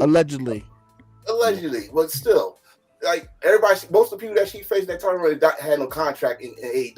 So let's keep. I'm just keeping that real. So what they're doing, I think someone said in the comments, what they're doing, I think one of y'all just said, her star power from AEW, her notoriety, everywhere she going, they are throwing that in every show, just like how they stretching out the hottest thing they got right now. When they had the hottest thing they had was Bloodline, that was all over our TV. The highest thing they had right now is probably, or they stretching Judgment Day. The hottest free agent they got now is Jay. And they go milk this motherfucking cow all over the goddamn all three brands until they feel a perfect time for her to debut. And I feel that is a negative and a positive at the same time. You know what I'm saying? Okay, so that's great. It's like, Can I get 2 seconds before we move the fuck on? Yeah. I've been sitting here eating my goddamn meal prep while y'all motherfucking smoke about nothing. I'm kidding. How are you eating and laying down at the same time? Absolutely, I'm comfortable on my Alaskan size mattress. That's the real motherfucker that can lay down. When you can lay on your stomach and eat at the same time, you are a real motherfucker. That's real. Oh man, it's my video game, but I was playing Spider-Man earlier. Hold up now. I want to know how your big ass is eating and laying down and don't have acid reflex. I want to know how that's years. That's years in a row, right? With my drink. Okay. So thank you. Here's the thing. Hold up, but I'll see you in a minute. You got to understand, man. She is this generation's Goldberg. Look at her. She do not have the skill just yet. She's getting it, but she sure as hell got the motherfucking look, don't she? Mm-hmm. If you look at that woman looks like she is carved from granite. I thought she was like an AI generated photo the first time I saw her. From her hair to her face to her body, it's fucking perfection. Now, I don't say that in a sexual way. I say that as an athlete way. That woman keeps herself in shape. Now, let's go with what you just said. Hey, man, she ain't really wrestling nobody. That's fucking facts. Why are we even arguing this? Yeah. Why are we arguing this? She did not really wrestle nobody. People that we know, that Big Daddy know. Sure, absolutely. Folks that I have seen out there on the indies, she has wrestled, but that was just to do what? Build up her reputation. It's the same shit we did. Now, as far as her coming in and being organic, and like I said earlier, and y'all skipped over it, this is the same shit they did with Ric Flair versus Hogan. We are shopping her around. Absolutely, yeah. We are shopping her. We are shopping her around to see which network is going to have her because she has to face the queen of whichever brand she chooses. And then once she chooses, boom. Cash, which one are you talking about? When Ric Flair came to WWF and when Hulk Hogan came to WCW? Nah, when Ric Flair came to WWF. Why you being shady eating your cornflakes? Because I'll put my hand on you because that's exactly what they did during the house shows. During the house shows they had Hulk Hogan versus Ric Flair. And then when that didn't work, so Big Daddy, that's why they changed it. Big Daddy. So I have a question for you. All right. Oh Lord. Please do not make it a long draw out question. Please don't. Why? Because I'm black. All right. No. All right. Big Daddy. Big Daddy. Raw's champion Rhea Ripley. SmackDown champion, who the fuck that bitch is? Oh, EO. Yeah. No, fuck it. Fuck it. Hey, don't do that. No, don't do that. Or NXT. Or NXT. Which champion? Who do you want to face for a title? Fuck it. Doesn't matter. Per title, somebody. Who do you want to face? Because at the end of the day, it's boiled down to is like whoever the WWE or the machine is like whoever the WWE wants. Chris, I know, right? Chris, no, that was crazy. for the WWE, it's like y'all. whoever is like the flavor of the month. There it is, the flavor of the month, right? The flavor of the month. Flavor of the month. And it's normally between Rhea, Becky, Charlotte, or Bianca. Who do you want? Rhea. Who doesn't want to see Daddy versus Mommy? Why? Yeah. Why? Here's the thing. Here's the thing. Rhea is going to outclass that girl on too many levels. Wait, Rhea is going out. Talking about Big Daddy? Oh, no, it's Big Daddy versus Mommy. This is Big Daddy versus Mommy. I'm so. Oh, you talking about her? I think you talking about Jade. My bad. And then I'll take her at dominate for you. I'll take her at My dominate for you. bad. My bad. I'm sorry. I'll send you some free merch. So you take her at Rhea, and I'll take her at dominate for you. Cause like me, I got you on that part. I'm like, all right. That'd be the only time, Stormy. That would be the only time I would actually cheer for you right now. Damn, bro, that's your brother. So everybody, we're like halfway. You're halfway. We're almost. Yeah, we're got about 25 more minutes, I believe. So what we're gonna do is we're going to talk about the most controversial topic right now in the wrestling scene, which is the BW 500. OnlyFans, right? OnlyFans. Let's go. Wait a minute. Cassie said no. We're talking about Cassie talk. No. We're gonna talk about what Cassie talked about. We're gonna do what Cassie said because he's bigger than everybody in here. So we're gonna do that. So no. Why is everybody bitching about this list? In your eyes, Cassidy, and then Big Daddy. And Matt Nasty Leroy. I really want y'all opinions about this because there's a lot of wrestlers that should not be bitching, and yet they're going on social media and saying that this person shouldn't be on here because this person was injured. That person shouldn't be on here because he's trash, or she shouldn't be on here because she's too little. I mean, like, what's going on? Why all this hate? Before you answer that, I just want to ask about is it the same criteria as the PWI one? Like, is it from August to August? Allegedly. I don't know where it starts from. Allegedly. What about me, Chris? But then I also want to know is, do you have to be from African American descent to be on this list? Yes. I was asking the same thing because Jordan Oliver was on there. I didn't know Jordan Oliver was black. 1/4. There we go. So yeah, his dad is black as me. Time out. So time out. Before anybody say anything, The Rock is Samoan and black. So does The Rock?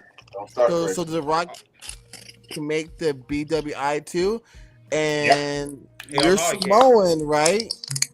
I mean, you're Samoan with possibility some African American descent. So does that mean that you should be on the BWI, Big Daddy? Why is it? That's a complicated, convoluted question, bro. Like I don't. Hey. No, wait. Your Honor. I haven't been toxic all night. Let's. Like, Your Honor, no, wait, hold on. By the look on my client's face, get me started because there was. That question. Your Honor, objection, Your Honor. The defense cannot talk right now. Your Honor. No. I ain't even talking the whole time. I've seen your forehead the whole time. Okay, get your point on because he ain't talk all night, man. Let him go ahead, bro.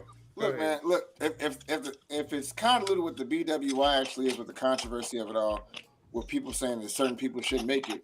If you're not a part of making that list, you don't get to have a say-so on said list. Period. That's just how that's supposed to go. ESPN 100 made a list about basketball players that was inaccurate as hell, and people were complaining about that list. They don't make a difference. People gonna pay tickets and put seats and ads to see certain wrestlers, and that's how it's gonna go.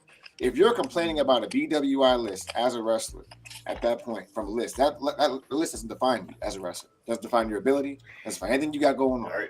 It don't matter in the first place. Okay.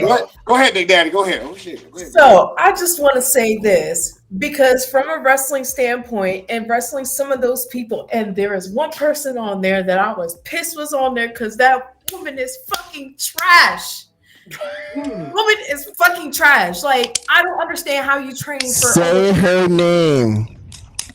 No, you don't. No. Stop. Don't get messy. Don't get messy. Don't do that. Yeah, go ahead. Jesus. Like, just from what I've heard from especially with people on PWI, and if I get canceled for it, I don't care. What I heard was these people are best friends and friends with these people that write the PWI, so they get on that list. Y'all want to silence me for saying that name? Ain't that the same thing? And that's the same thing they used to say about the Young Bucks and Kenny Omega them being friends with Dave Meltzer. And I digress. But one thing I'm not going to do is allow a list to tell me, oh, you're ranked this number. No, I'm going to show through my actions in the ring. I don't need somebody's list to tell me my value. So when I'm signed on WWE or AEW or Impact, that will show my value. Can't cut your promo right now. Cut your promo right now. Cut the promo. Can somebody give me the big camera on that list? Because some of them are so unsafe. Some of them have no training. Some of them have nothing to their name. Some of them are just no character. Nothing. Somebody give her the big camera. Give her the big camera. You bring nothing to the table. And I get that I'm green and I'm now putting myself back into the business and kicking off. But one thing I know is I'm busting my ass. Some of these motherfuckers sitting there bitching and crying just to get the positions that they're getting. Get Well, damn. So if any of y'all wrestlers that are watching, y'all want to get your panties in the wad, be like, oh, Adri said this. Yes, I fucking said it. What you gonna do? Love it. Love it. You know why? I agree. Hey, Adrian, like I did not expect that fire from you. I did not expect you, girl. You've been hiding that shit all night. Look, I saw that shit. I'm all like, damn.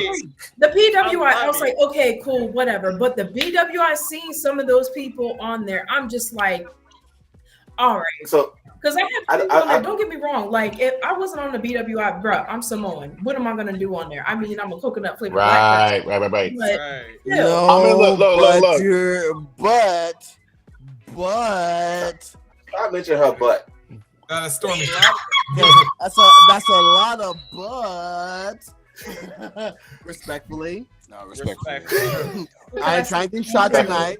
I'm trying to be. I did MMA. I did MMA for 7 years. I fought Samoan. I tried to punch him in his head, and I got a boxer fracture in my hand because the motherfuckers got hard ass heads. I'm sure that's what your ass get for trying to punch a Samoan in the head. Yeah, I fucked up that. But what she's saying is facts. But the biggest thing is this list is more about being recognized, right? It's more about getting recognized. It's not a stature, it's more being recognized. But then it's us as fans who don't get into the ring who are arguing about this. It's us who are fans who are arguing about the attendance and the rankings. It's us who are fans who are arguing about who's the better champion. It's us who are fans who are arguing about this, that, and the third. Instead of enjoying the one thing that we almost had taken away from us. We were, a couple years ago, we were wondering, will we have professional wrestling again? Mm-hmm. Yep. But we are arguing now, who's this, who's that, who's this, who's that, and the third. We have podcasters fighting podcasters. We have wrestling companies fighting about wrestling companies. We have security of fucking venues arguing about other venuers. People, at the end of the day, if you're not investing money in this shit, shut the fuck up. Oh, Lord. If you're not supporting these indie wrestlers and their, Which they're not. gas mileage or their supplement, hold on. Let me get the shit off. If you're not supporting these indie wrestlers in their food and their hotels and their gas and their supplements and their money, shut the fuck up. If you're not one of the ones who are doing sit-ups and push-ups and bench presses with Jade Cardio, shut the fuck up. If you're not putting money with TNA and Tony Khan and Trips and TKO, shut the fuck up. If you're not sitting there, okay, T.O. Okay. One more thing. Okay. Let him land his plane. Let him land his plane. Let him land the plane. Just hear me out. If you're not sitting there supporting the whole community and seeing somebody or another group, another company, somebody else that trying to do something great, something positive in their life, that, you know what I mean, they can do with alcohol or drugs or whatever, but they're sitting there putting their heart and soul in something they probably got bullied in and pushed in, because really in the 90s we were getting bullied. We were like, oh yeah, you watch wrestling? Oh yeah, you're a nerd. Right now, this is a time that we can actually love professional wrestling. This is a time that we can actually enjoy something that we all put our heart into, that we can escape our 9-to-5 lives or something that we can escape for an hour or two in and enjoy. But we actually didn't have to compete with the next person about something that we don't put our heart or money into. Right. Just enjoy it. Just enjoy it and be grateful that we still have it. We have individuals like Chris mindset is fucking crazy. I never really talked to Jay right here. I talked to Cassidy, talked to everybody else on the podcast, but we all have our mindset and we all have our knowledge and our own beliefs, and we can sit there and help each other out and understanding shit. But the moment when you sit there and take that and put it as a competition, you're fucking up the whole bag. You really are. I don't think people really give a fuck anymore. Like as far as like, as a matter of fact, someone in the comments mentioned about wrestling talk community toxic oversight of their fandom. We talk about this like numerous times. Like the toxicity is just ridiculous. It's to the point now they don't give a fuck about being disrespectful, and we tell them like you're being disrespectful and you're disrespecting the men and women that's putting their life on the line in that ring to entertain us. And yet you still taking it upon yourself to say, well, I'm going to do what I want to do because I'm entitled to this. And it's just really, really disrespectful. Can somebody drop out? Hold on one second. Let me see. Yeah, because Leroy's been like, yeah. Hold on. Yeah, I might have not you trying to kick me Leroy out. been gone for a heartbeat. There you you can go. listen. It was on camera. I'm sorry. Trying to kick me out. God No, damn.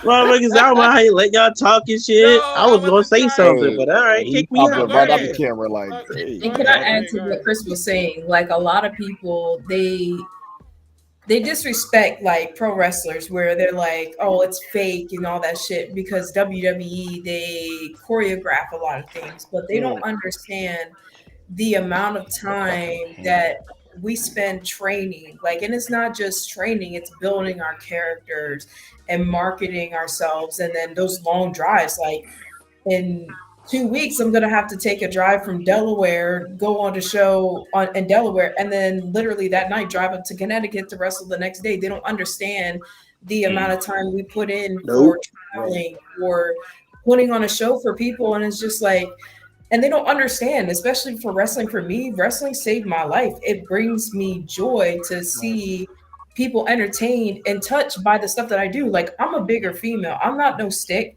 But to have a woman come up to me in intermission saying, yo, you're an inspiration, the way your body positivity and the way that you love yourself and the way that you try to uplift women and tell them you can be a strong ass woman, it's a great feeling. People disrespect that, but then they expect you to respect their beliefs and all that shit. So it's like, right. Yeah, especially considering y'all away from y'all families like Yeah. at least 100 minimum out of a year and stuff. it's a lot. Like I could be doing other stuff, but I'm taking so much time out. Like I train 2 times a week, then I go to the gym, then when I'm on the road, I'm away from my family and doing other stuff, and sometimes I'm pulling my family on the road with me, and they could be doing other things, but people don't understand that. And to go into that too, promoters don't understand that. And I get people have like a budget, but they don't understand like the amount of time, and like gas ain't cheap. Mm-hmm. Oh no! Hey, somebody's trying to. Look, that is exactly why I bought my fucking car.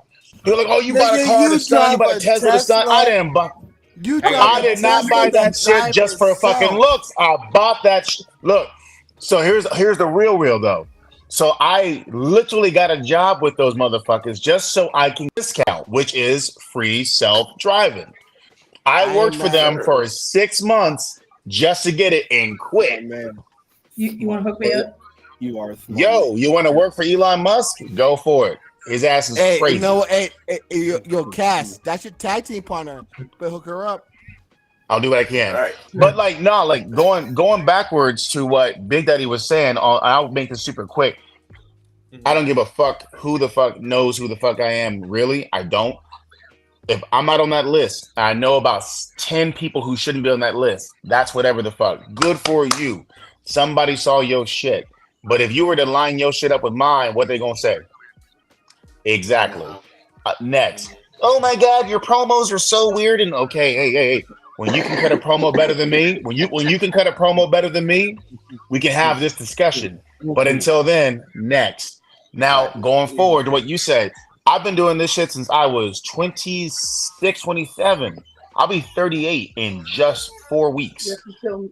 Bruh, I have had, a whole marriage, houses, numerous cars, graduated from college while doing this shit.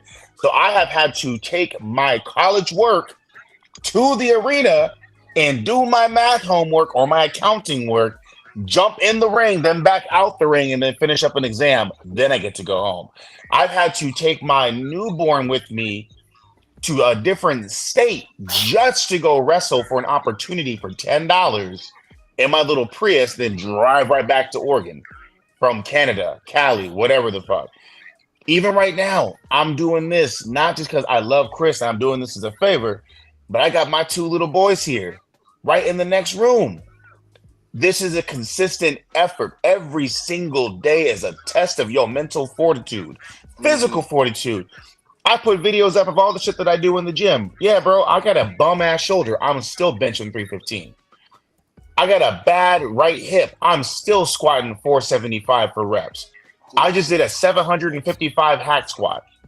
I do this shit so that I can go in that ring and for 10 to 15 minutes, I don't got to be Todd Phillips. I get to be Caden motherfucking Cassidy, the big boss in this bitch. And you are going to love every single second of it. That's what I do for those fans. So when fans got some shit to say to me, I say, listen here, motherfucker. You don't even know half the shit that we go through. You don't get half the damn things that we have to endure. So like when I have to literally hop in the shower because my legs don't want to work at that minute, or when I got to lay in the Epsom salt for not 1 hour, but sometimes 2 hours because my body don't want to work the way I got to do it. That's for y'all. We do that for y'all. So when folks want to talk shit, man, talk your shit, man. That's cool. You know, it ain't like the NFL because y'all get to know what the NFL is like because of high school. You don't really ever get to know what wrestling's like unless you want to go do this shit. So I let them do what they want to do. Whatever, man. Okay. Yeah. I got somebody that's coming in, Stormy. I'm gonna get you back in a second, okay? I was gonna say one thing because I'm an old school fan. I've been watching wrestling since I was like wearing character underwear, kid. Hey, but I had those too, bro. The sacrifices that y'all do remind me of how the territories, the stories we heard about the territories, how you drive, you had the car 300 to 400 miles to get to the next territory. That's why I said the Indies remind me it's the new territory for me. Yep. Because that's what y'all do. Y'all just don't wrestle for one company. Y'all wrestle for multiple companies trying to make ends meet. sacrifice. The key thing is that's the key word, sacrifice. And for fans that think, oh, y'all owe me because I paid a ticket to come here. No. They come here, bust their ass for our entertainment. Right. What's going on, Mr. Classic? Welcome to the show, bro. What's going on? Congrats for 6 years. I'm sorry to cut you off. Thank you. No, bro. Appreciate you. Oh, the sacrifices y'all do, like not just the traveling, putting your bodies through. Because I felt that rain. That ain't no freaking springboard. That's some wood, bro. That shit hurt. Ice and all that stuff. It's still shit hurt. All right, like y'all put your life on the line. Y'all, that's like I said, sacrifice food, gas, sleep. Hell, sleep. Like come on, like y'all don't get no 8-9 hours sleep. Y'all probably get 4 to 5 hours. Try to get to gym time, all that stuff. So PD understand, and the key word I always say with my brothers here, y'all fucking humans. They're not robots. Mm-hmm. Mm-hmm. You know, so I would say for Big Daddy, Cassidy, Nasty, Classic. I heard you're a wrestler too. So thank y'all for entertaining us. Yes. We up here we're wrestling fans. We're not podcasters, but yeah. Hold on. Put your hand down real quick. Classic. First of all, let's go to Classic real quick, and then we'll go to the other Classic, and then we'll go to CO. All right. So Chris, you've been hearing us talk about the PWI 500, and you were very vocal online. So I want to give you an opportunity to speak. Me? And this is yes, you. Chris Classic, yes. This isn't the Cookout. The Cookout is a safe space, so yes. So you can say wherever the fuck you want to. It is being recorded. However, this is totally up to you. Just like what Big Daddy training purposes. Big Daddy just let loose, and I was not ready for that. Love her for it. But yeah, go ahead and she was right, respectfully. That list is trash. And if you agree with this list, that's fine. I'm not here to disrespect nobody, but that list, it's not legit. When people paid to get on that list, it's no longer legit. You got people that actually want to be on that list, worked hard, trained, worked out, studied, want to be on that list, like legit want to be on that list. But then when it comes out that people paid to be on that list, that means that if this was a legit list, somebody got shunned on even making a list. How much money would somebody have to pay to be on this list? I don't know. Allegedly. Some people, I don't know. You can give somebody ramen noodles and they'll give you access to anything you want. All the way up. No, a ballpark. Move, let Classic go, bro. Yeah, go ahead, Classic. No, I'm saying it's cool. Like I said, I ain't here to disrespect nobody, but you know, as a wrestler and things like that, you know, sometimes we do not get acknowledged. I will say that we don't get acknowledged for some of the things that we do. This year, I've been blessed to wrestle for a lot of fans, for a lot of people, and they've showed, you know, their support and things like that. You know, I've never been the one to be like, hey, you should support me because I put my body on the line and things like that. So when the BWI list comes out every year, I don't want to say I have a problem with it because let's be honest here. If we all had our own individual list, people would get upset on who's number one, who's this and who's that. But my issue comes in when you can actually poke holes in that list, as in some people who ain't even wrestled, they're on the list high, or they were injured for most of the year and they're placed higher than people who's been wrestling every week. And it's like, what are the qualifications for this? Like, are we just doing a list? Like, I'm gonna say this and I'll be quiet. Y'all know what the here damn syndrome is? The who? The here damn syndrome. I ain't never heard of it. Okay. No. So when you want something so bad, and then you want it so bad, you're right? Shit. And then that person says, "Here down." Look, take it. I make you not even want it sometimes. And I feel that's what this list is, because a lot of us, we want to be represented. We want our own thing. We want to do our own things and stuff like that. But then when it's just like a list that's just thrown together, this is just a here damn. And this is exactly what it is to me. Shit. Wow. You know what? When you really think about it, That's what it feels like sometimes. It's like, oh, you know what? The black folks ain't getting seen. Let me, as a fellow black person, make a list for them. And I'm like, that's cool. But in reality, man, like, you know, if you look at the PWI, it is the creme de la the creme de la creme. You got a lot of motherfuckers you got to beat up in there. Like, it's gonna be hard to beat a Samoa Joe. It's gonna be hard to beat a Ricochet. So you can't be sitting here. Oh, I'm just gonna go aim to try to be top 100. Hey man, shoot for the 2s and 3s. The 4s is cool too. So everybody, like, as long as you make a list, cool. Not to cut you off. Chris. So I know. No, you did, but it's cool. Shut up. And I just want to say this. First of all, it's been a pleasure, you guys coming in, and this probably been one of the best cookouts. I know it's been chaotic. Big Daddy, Leroy, Chris, classic, not classic, but Cassidy. Caden Cassidy. Shut up. The But no, motherfucking I don't want y'all to go. I want y'all, if y'all want to stay up and y'all want to continue this conversation, we can. I don't have to do anything until 8 o'clock tomorrow morning. I know it's getting a little bit late, so I'm giving you guys tomorrow, so I'm here. So I'm giving you guys an opportunity to like express yourselves. Anything that y'all want to talk about, I'll give y'all some more time. Can I add on to the list real quick? Yeah, go ahead. As someone, I feel like I'm very prideful of the independent wrestling scene. That's my heart. That's my soul. I love it so much. I understand when people get left off it, and it sucks because you work so hard on the scene. It is what it is. The only reason PWI knows you if you work for certain promotions they like, certain promotions they follow. But there are people that are acknowledged on that list that I think are very much deserving of it. Like you look at people like. You look at top 10 in the world, right? And you see a lot of people who are on mainstream wrestling. And then right on that 10 spot is a guy like Darius Carter, who more people on this world should know about and like support. So like it's a very big double-edged sword, but it's one of those things where it makes you want to go work for the promotions that are being seen as well, because that's a huge factor of it as also. Right. And but the thing is to be a caveat there, to play devil's advocate, getting in some of those companies is hard as shit. Absolutely. You got companies like Defy.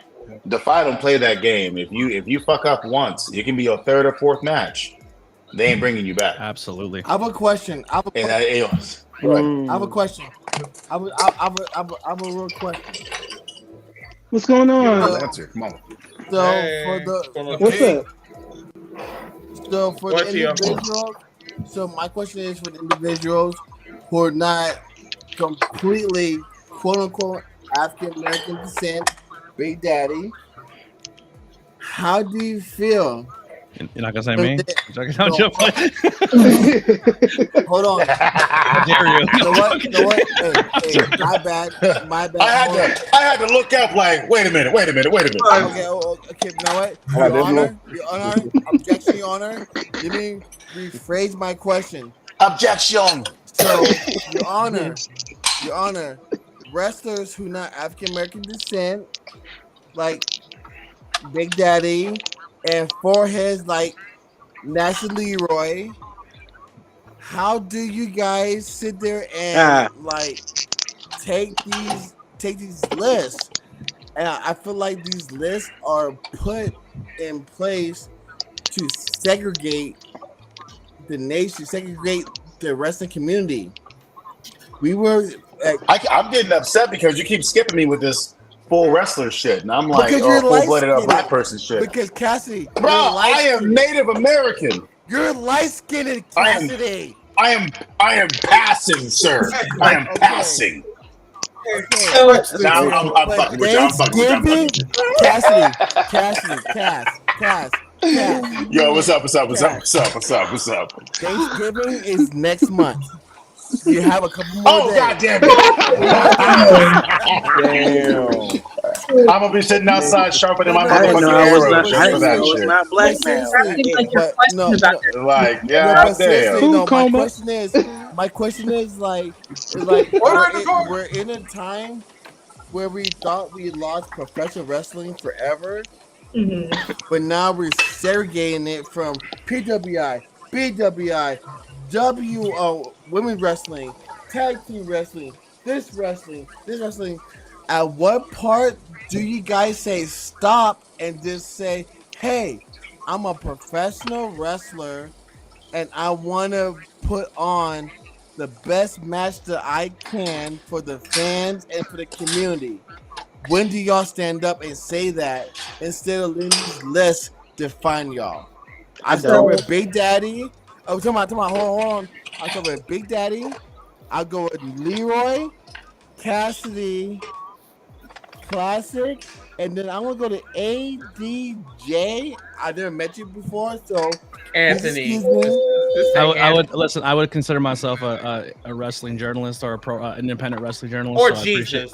Or Jesus. Well, I never met so you. I appreciate you letting me speak on this. I digress. I'm sorry, Anthony. I never met you, but my name is Tio, but you can call me later. But I'm just Call us saying, later. Hey. Wow. Hit her in the movie. Wow. Sorry, I am married. I love that. I love that. I come with kids in the morning. But no, but seriously, no, but all jokes aside, I was joking with that one. Dude lending his dick like it's Blockbuster. What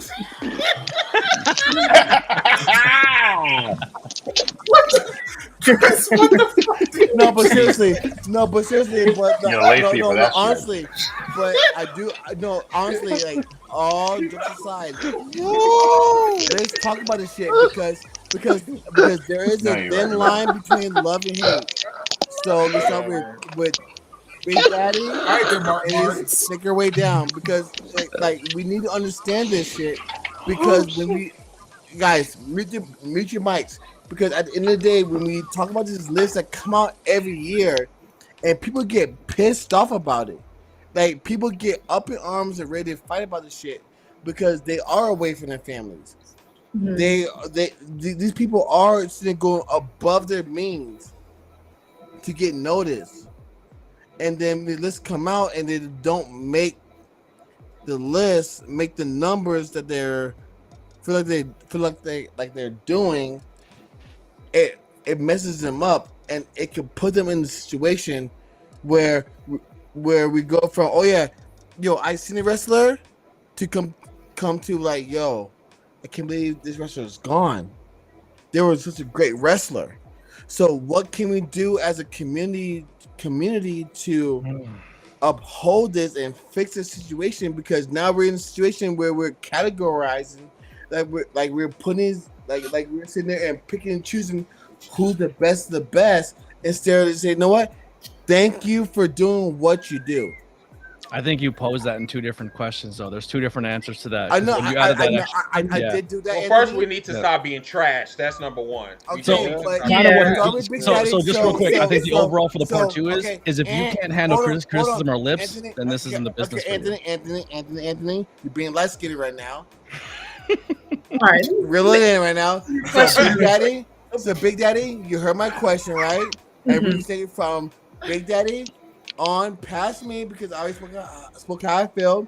So from Big Daddy to Jay and to Cassidy to Chris, Nasty, Rockin' Reese, Classic. Is that Leroy? No, it's not Leroy. It's all right. I'm going to answer the question. Yeah. Okay. Because I forgot about what the question was. When it comes to these lists, some people, they will literally kill themselves over this list. And it's not the fact that like, oh, I'm upset because I'm not on the list. Because again, I mean, yeah, it's cool to be on that list, but that doesn't define who I am. They don't understand the amount of time and work that I put in. And don't get me wrong, I don't hate anybody that's on that list. Do I disagree with some of those people that are on the BWI because of the way that they work and that they're unsafe because I've worked them? Yes. But it's nothing personal. It's just the way that their work ethic is. In your eyes, what makes them unsafe? What makes because you almost broke my fucking neck. Okay, but in a situation, if you feel hold on, if you feel in that situation that individual could have hurt you and multiple individuals, how do you feel like, you know what? Hey, that's wrong. How do you voice your opinion to make the next person safe? is still saying, you know what, that's wrong, but I'm gonna turn my back. All right, so this is the thing. When you're in the business, right, and you're a pro wrestler, whenever we have our match and afterwards, you give them that criticism. And then when other people or other wrestlers are watching your match, they're critiquing your match. And usually a vet will come up to you, or if you have any sense, you'll go up to the vet and you'll say, hey, what did you think about my match? And they'll critique it to you, because as a wrestler I can watch somebody's match, and that's why I rarely watch WWE and all that stuff, because I'm critiquing everything that they're doing. But some of these people in the business, like some of the people that I know on the BWI, I have worked, and I try to give them critiques on, like, hey, you were like stiff on this. And don't get me wrong, I'm a big ass Samoan. I can take a fucking hit. So if I feel like your hit is unsafe, or the way that you did let's say, a move on me, like a power move, and the way that you didn't post, or you didn't set right, or the way that you handled me was unsafe, and I come to you about it and you brush it off, that's concerning. And it's just like, you've been in this business for a while, you've been at multiple schools, and credible schools at that, and your ass still is unsafe. And I'm watching your matches, because some of these people, I still watch your matches. It pops up on my feed, and I'm watching you, and I'm like, what the hell? Like, one girl that I know, she's going against this woman again, and I feel sorry for her, because, like, bro, where's the disconnect? But it's like, some people, they just don't want to hear it, and that's on them, and it makes it unsafe. And I can tell somebody, hey, you might want to be careful, they're unsafe, but that's up to that person to protect themselves. So I get it with like people on this list, and don't get me wrong, as someone that is a huge advocate for Black lives and for Black wrestlers to be recognized in this business, and I feel like we've come a long way. I guess it was like more to recognize those people, and I'm proud of those people on that list for making it. But I feel like it was more like, oh, here's like a bunch of Black wrestlers, except for a couple that were my friends on there. But they were kind of like, all right, we're going to recognize these Black wrestlers. But still, it's not really just like, I forgot the question now because I went on a rant. No, you good. No. It's good, but Classic is shaking his head. Classic is shaking his head. But Classic, yeah, what you gotta say, bro? You shouldn't have a list to try to validate how great or how important you are in this wrestling business. The BWI, things like this, anything that has something with representation is going to be looked at in a different scope. It's just going to be, especially when it's in the minority. You get what I'm saying? What is the saying? They say that people of color, minorities have to work twice as hard to get where we need to be at, things like that. Some people use that. You have to work twice as hard to get what they get. Yeah. So if we go with that and we believe that, then we look at the list and we see loopholes. We see things that, like, if we already have that for us, if we want to use that ideology, I'm not here to sway anybody. You look at the list, you have somebody that I believe was placed on there twice. You also have a white guy that's on there. Wait, you what? also have yes. Hold on. I believe. I got receipts. I got receipts. I got receipts. Hold on. Wait a minute. Hold on, because this guy, he posted on his social media number. He became the Eminem of the BW.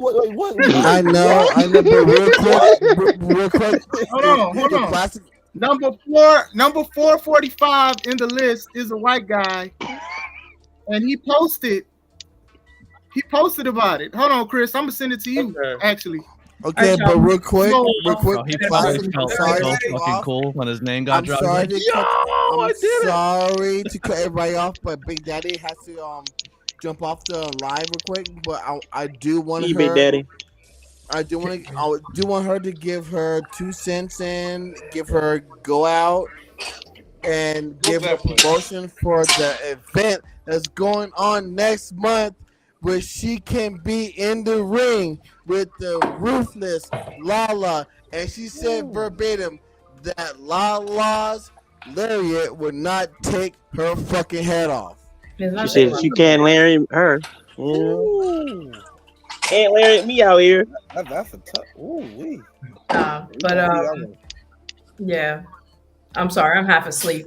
But no, I know. I know it's getting late. I know it's getting late. It's late as shit. Yeah. But no, everybody like Big Daddy. Once again, come back. I know it's getting late. Yeah, we're probably gonna have to wrap this up. So what we're gonna do is we're gonna go around. Final thoughts. We're gonna do a cookout another time. I'm gonna let y'all know when. It'll probably around Christmas time, something like that. But yeah. Final thoughts, Big Daddy. Go ahead, and then I'm gonna let you go because I know you gotta go. All right, y'all. Thank you so much for having me. I feel like this was like a great discussion. It's always like a pleasure to be on here and to talk with y'all. And I finally got to meet face to face with Anthony. So it was good to be on the podcast with you. I love you guys, and I'm gonna hop off because I got a patients to take care of. Whoa! Before you go, before you decide to take that move and hit that log out button, I want you to understand one of two things. Number one, you better put some goddamn respect on this name when you decide to leave this chat. Number two, can you follow me and I'll follow you so I can watch your journey? Oh, you fucked up. You fucked up right now. See now you fucked up. It was the wrong start. It was the wrong start. You know when you say some wild shit to a phone, it's about never mess with Simone at all.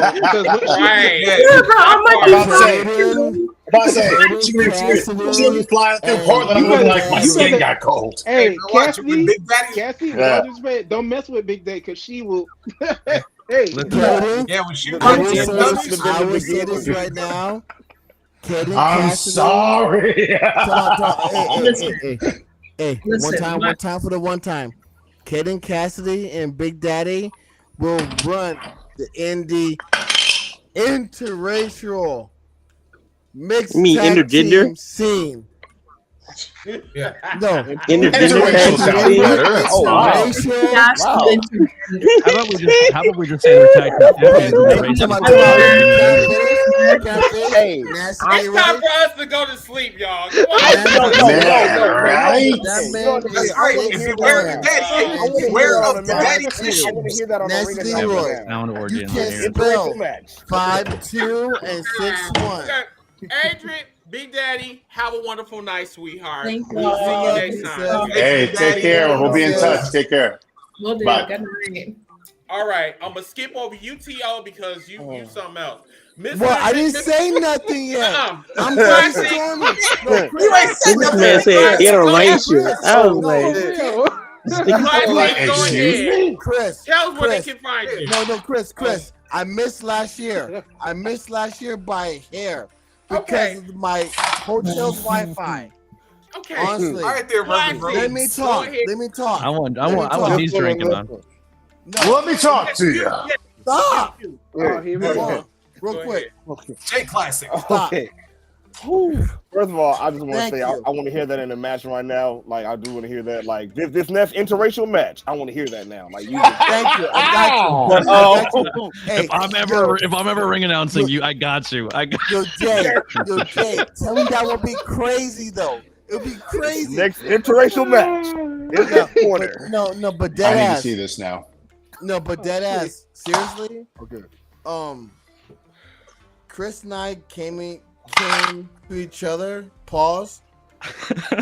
Or do we pause? Hear me out. Stop. Seriously. No, I mean, like, hear me out. It happened when we both didn't need it. Chris is literally my best friend. Like, literally, he's the godfather of my son.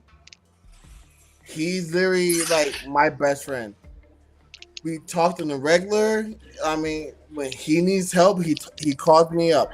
I need help, he calls me up. But y'all have to understand, we come down to professional wrestling. We have to take it.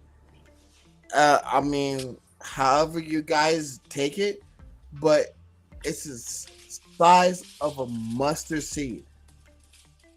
It's the size of a mustard seed. We got you, but we got.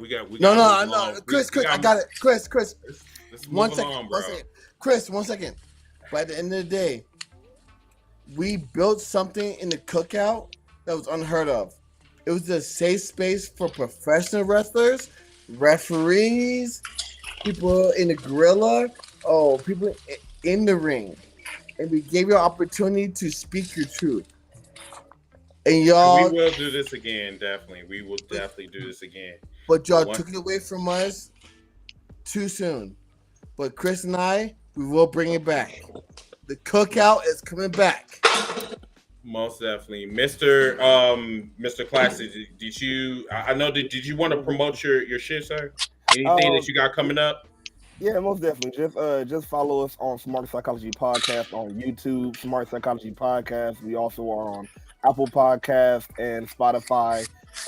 Also, when you click the link tree on our TikTok and everything, and on our YouTube, you can find all of our social medias. But yeah, just follow us, subscribe. We just like having a good time, just mixing comedy with wrestling, and just having a good time with wrestling as we used to, before you're just trying to get into everything, get into the background of wrestling, just looking at its surface, and just having a good time. For a last message, hey, let's just be fans again, man. Just watching, just to love the thing that we like watching. You feel me? Stop trying to get too deep in the game and just let's just follow the story. That's what it's made for. Yeah. Cool. Agreed. Mr. Cassidy. Cody Rhodes story. Let's finish Cody Rhodes story. Oh, God. All right, then. Cassidy, Finish go ahead, the story. I gotta finish. What do you want from me? What do you want from me now? What do you want to talk about? Not from you. What do you want to talk about? Yeah. What do you? Not now. Not in front of the people. No. Anyway.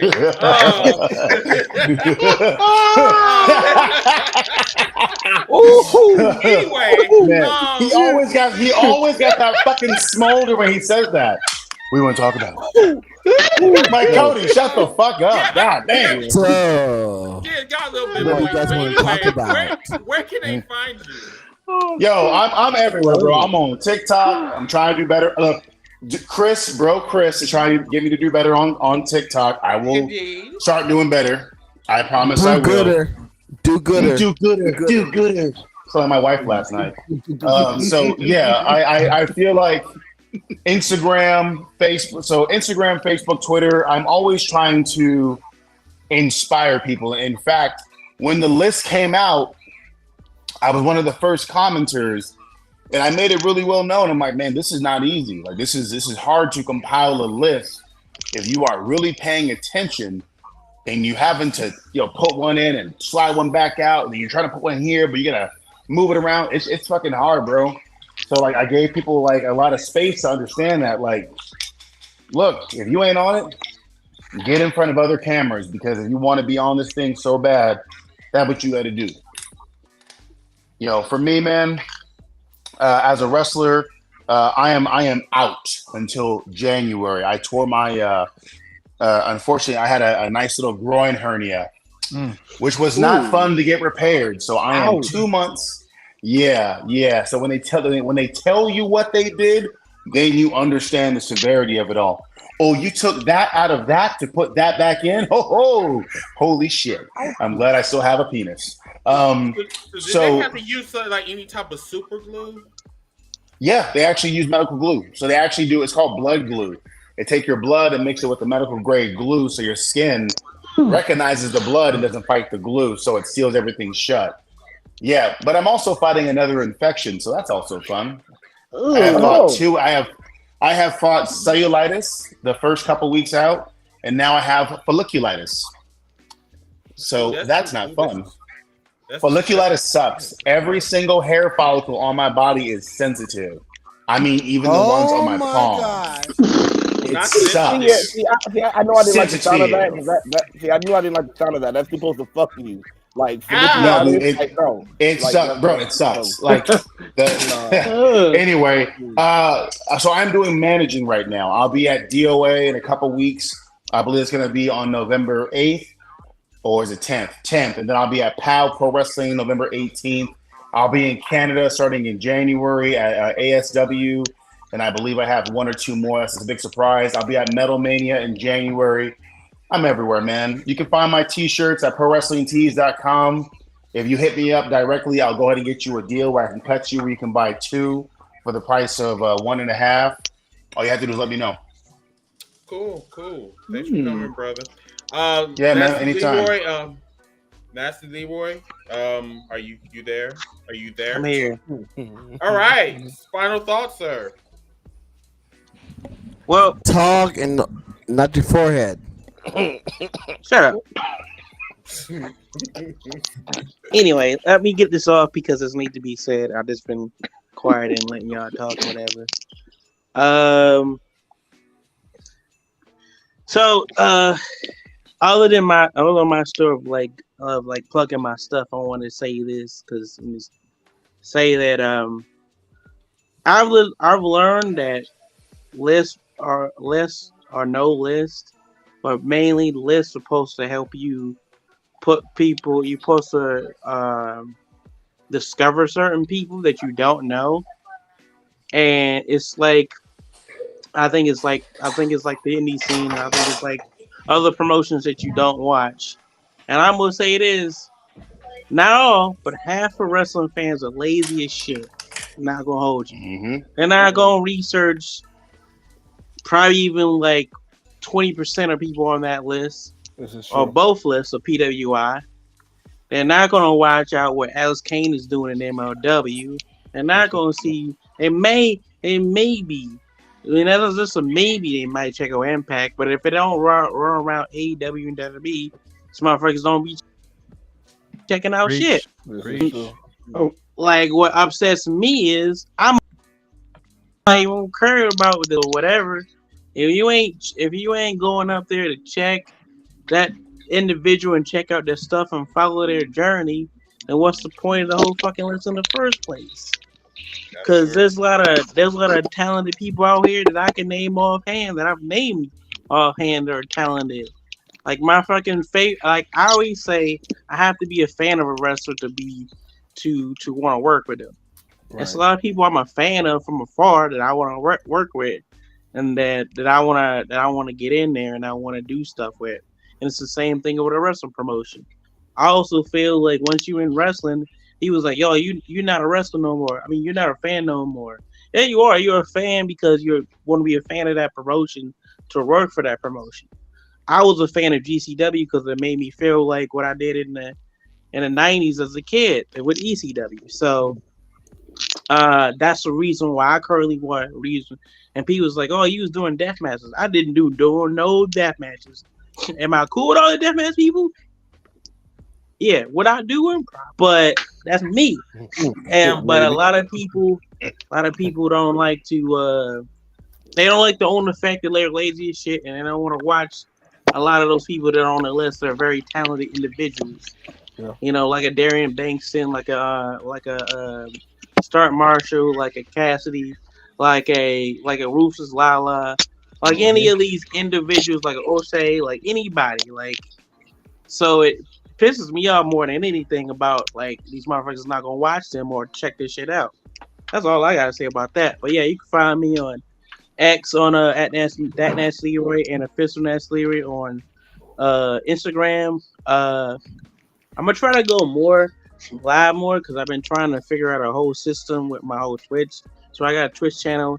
I think it's Nasty Leroy, aka That Man. Same as my YouTube channel.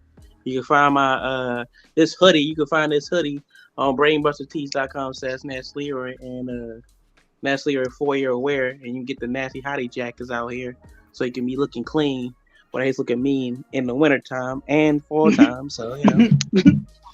Okay, all right. Reese, final thought. All right, I'm gonna tag off what Leroy was just talking about. Wrestling fans, stop being ignorant. Some of y'all is in 3, 4, or 5 wrestling groups, and y'all want to talk about y'all don't know who this is. Guess what? You've got people in your groups that post about WWE, AEW, MLW, New Japan, Noah, and all the wrestling promotions all throughout the country, and as well as some indies. And not to mention, you've got indie wrestlers in some of your groups. All this bullshit about, oh, I don't know who you are. I don't know who this is. Now, stop it. Because you know what happens when you try to play that card? You are not educating yourself. You are taking missing opportunities to educate your fellow wrestling fans, and hell, probably even bring some new fans into the fold. So do yourselves a favor. Please stop with the excuses. If you don't know something, like Leroy said, take about 5 seconds to research it. Or ask somebody in the group, oh, can y'all tell me who this is, whatnot? Because all you're doing is allowing yourselves to like make wrestling fans not seem as smart as they are. And then the people who hate wrestling, you're giving them more fire to come after each and every one of us. And as far as the wrestlers who do this on the indie scene, like Leroy, like Classic, like Big Daddy, like Cassidy, who was on the show a little earlier, they are taking time away from their families, away from their own personal lives, just to make you happy. And this, the respect you're gonna show, cut the bullshit, y'all. Classic. Damn. Speaking of Classic, you're next. Word to your mother. What?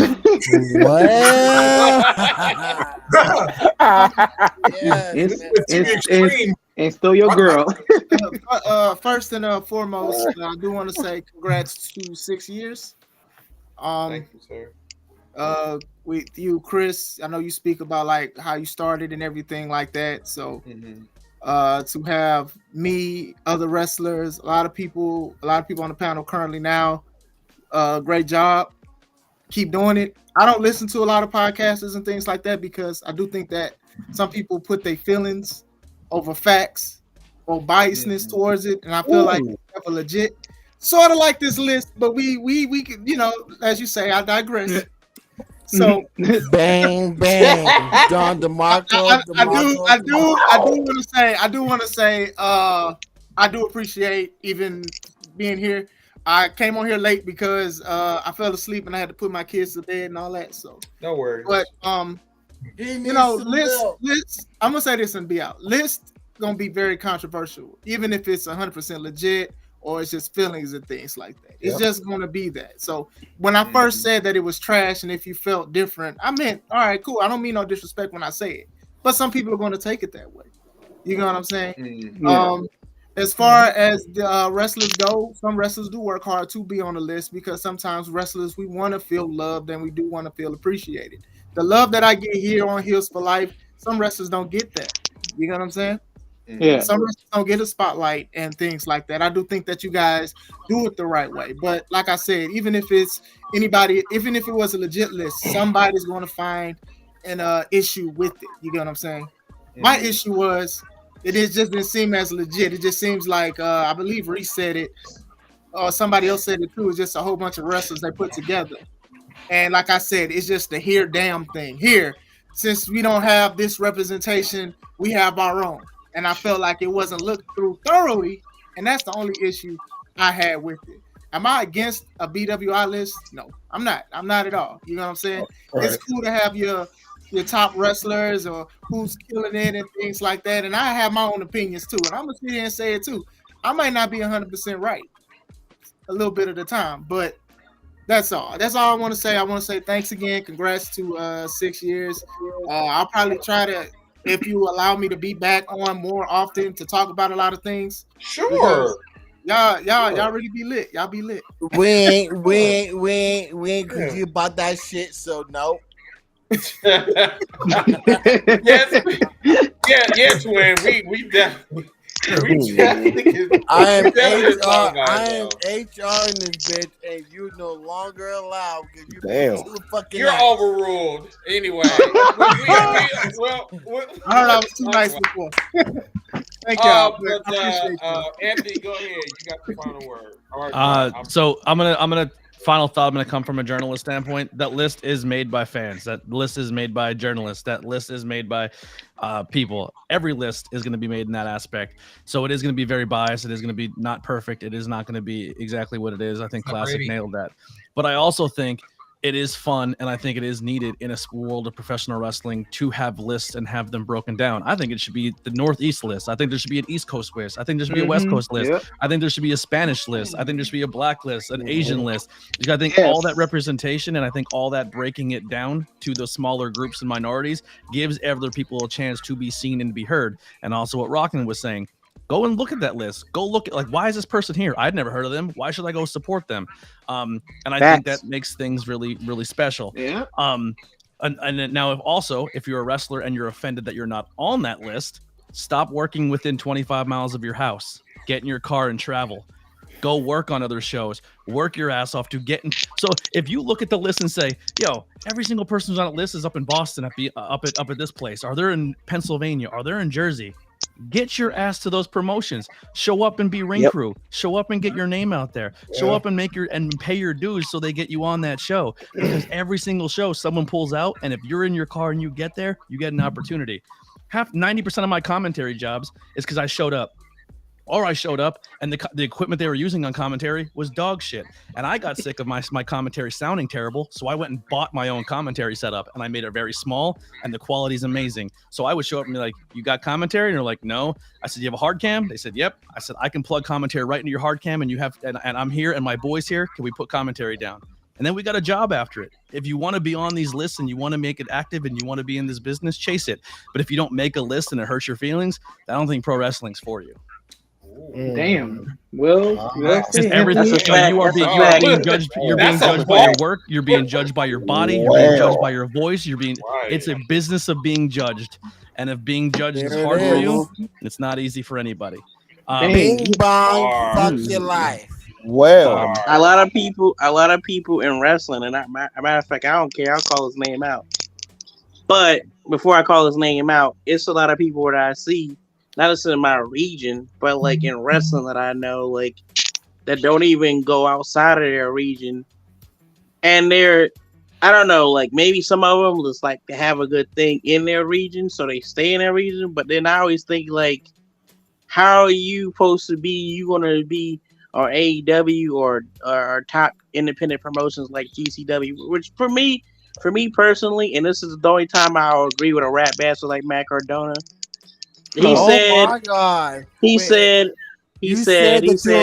agree with Matt Cardona right now? Hold on. He said GCW is he says like a fourth promotion in the United States. 100%. And he was like, they had a problem with that. I saw people in his comments. I saw people posting shit. But really, it is because they have no TV. They go all over the world. They just did a tournament in Germany and Japan, and they sold out the Corrigan Hall. You don't sell Corrigan Hall if you're not going to national. They're like an outlaw national MLW or Impact. Nash Leroy. But to finish my thought real quick is it comes down to the list. The list was it built prestige because they were doing something right. So they were journalists who were taken seriously, and they built themselves to a credibility level where they were taken seriously, so they're listened to. I can speak for myself. I can speak for Chris. I could probably speak for psychology as wrestling journalists. And make your and yeah, sorry, I kind of grouped you. You're part of the team. I'm sorry, but like if we're journalists, then stand out and be good, right? So be a good journalist. Don't conduct yourself so the path when you speak and you have an opinion, people listen to it, and then you make your own list, and then your list will be talked about one day. But that's essentially what it comes down to. Is just the world of professional wrestling is all encompassing. You got to be good at your craft. You got to be good at wrestling. You have to be good at refereeing. You have to be good at this. If you want to be a journalism and enter this, you got to be good at that too. And you have to stand out. And don't just listen to other. Just like you have to be the first you and not a carbon copy. So if you listen to Jim Cornette, 90% of the people who are on here making journalist comments are just regurgitating what they think the trend is. Be original. Stand up for what you believe in. Talk about what your stuff. And one day your opinions will matter, and you can make your own list. But I do appreciate you guys. Chris, it was awesome meeting you on TikTok just recently, man. 6 years is not easy to do. I've been doing it about the same time. And I appreciate your hustle and your grind. And being a journalist that is also respected by people in the business is also not easy to do. So I hope here's another 6 more where I get to collaborate with you. Yo, so Chris, before we close out, I'm gonna give you the floor. Chris, we got Jody. Oh, yes. Yes. Go ahead, Blake. Final word. Final word. I will say also congratulations to Chris and you guys for a 6-year anniversary of Heels for Life podcast. Y'all doing an amazing job. Just keep what you're doing, living life, and don't let all the negativity, hate come at you. And also NXT Halloween Havoc week 1, fire as hell. And also my baby girl Liz, I love her. She will. I digress. I'm sorry. But all I just want to say is you guys are awesome. Keep doing what you're doing. And the list, everything what Anthony was saying, and that's true facts 100%. The list, I really didn't care about the list at all. I just focused on the wrestling in the community. Yeah, I know it's trash and all, but at the end, they were just fans and we're all human beings, and that's what we love to do. And just be positive and live your life to the fullest, and that's all I got to say. Thank you. Can I readjust the chat real quick? So Anthony Blackwell Jr. on all social media, or you can search the ABJ podcast on all platforms, as well as YouTube and every major podcast platform. Currently, right now, episode with Ricardo Rodriguez is out currently, where he talks about his new promotion in Lancaster, Pennsylvania, his new school, his battle with addiction. He tells his whole story. And then next week, Northeast Star from CZW, Griffin McCoy will be on. So there's a lot of good stuff coming out. I like to interview people. I focus on independent wrestling, but it's independent people in general, just independent journalists, independent artists, anything. I give people a platform to chase their dreams and tell their stories of why they do it. Yeah, just Savage. Yeah. Thank you. But real quick before Chris goes on, I do want to say thank you to my best friend, my brother in arms, Chris and Ziggy. Chris, you gave me opportunity to talk about something that I have passion for, and you never gave up. Like you never gave up on me. Again, I never gave up on you. So, Chris, further ado, floor is yours. Thank you. First of all, I was talking with Ziggy. This has been a very wild, chaotic cookout, but as you can see, this is what we have experienced on Twitter, and I'm glad that we were able to put it on here so everybody can see it. And I know it wasn't exactly perfect, but once again, it was not perfect on Twitter as well. Yeah, like what Anthony said, like as a journalist, I wanted to bring something new to the table. I didn't want to be, I guess, just stationary, wanted just to do this over here and just stay over here because number one, I'm not accomplishing anything. I'm not doing anything. My whole thing is to change the world. I want to change how we talk about wrestling. I feel that when we talk about wrestling, we need to have fun with it. It can't be boring. It can't be scripted. People will see that it's scripted just by you talking about it. You know what I'm saying? Like, I don't think he's really being real about his shit. You know what I'm saying? Like, I did my podcast on here. I did, try to do projects with people here, here in Milwaukee. But the one thing that I have noticed that I will support them, but they won't support me. And that's why I had to venture out. And it took me fucking almost 14 years to find this amazing cast. And I met them from different venues, met them on TikTok, met them on Twitter, met them on Facebook, met them on my podcast. I mean, it's like, it's crazy. You know what I'm saying? It's crazy how all of us came together. And these are some very talented people. And T.O., your ass was plastered this evening, and I'm used to it. I'm used to you being plastered. I'm not even drunk. Oh my! You get locked up. But anywho, you was talking. Why is the shirt? Wait a minute. Why? Wait. I'm not even drunk. What was the reason? What was the reason? I like how he put the cowboy hat back on. Is the best part about all that. Oh, okay. Anyway, I am going to wrap this up. Number one, tomorrow is my my podcast on TikTok. The wrestling the basic catering with Joe and myself. So that will be right after Dynamite tomorrow night. I can't look at T.O. right now. Okay. So, all right, let's close out. Everyone shirts off. Let's go. No, you're not seeing my titties at all. No, that shit. No. Let's pop those shirts off. Let's pop those tops off. Let's go. Bert Kreischer in here. Let's go. Oh hell no. Okay, anyway, have a wonderful night, y'all. Thank you for a great 6 years. Hopefully I can see you again in the next 6 years. Have a wonderful night. I'll see you guys tomorrow on TikTok. Take care. Bye. Good night, everybody. Peace and stay nice, my friends. Oh my God, I can't. Everybody loves ABJ. Stay smarky. Yeah.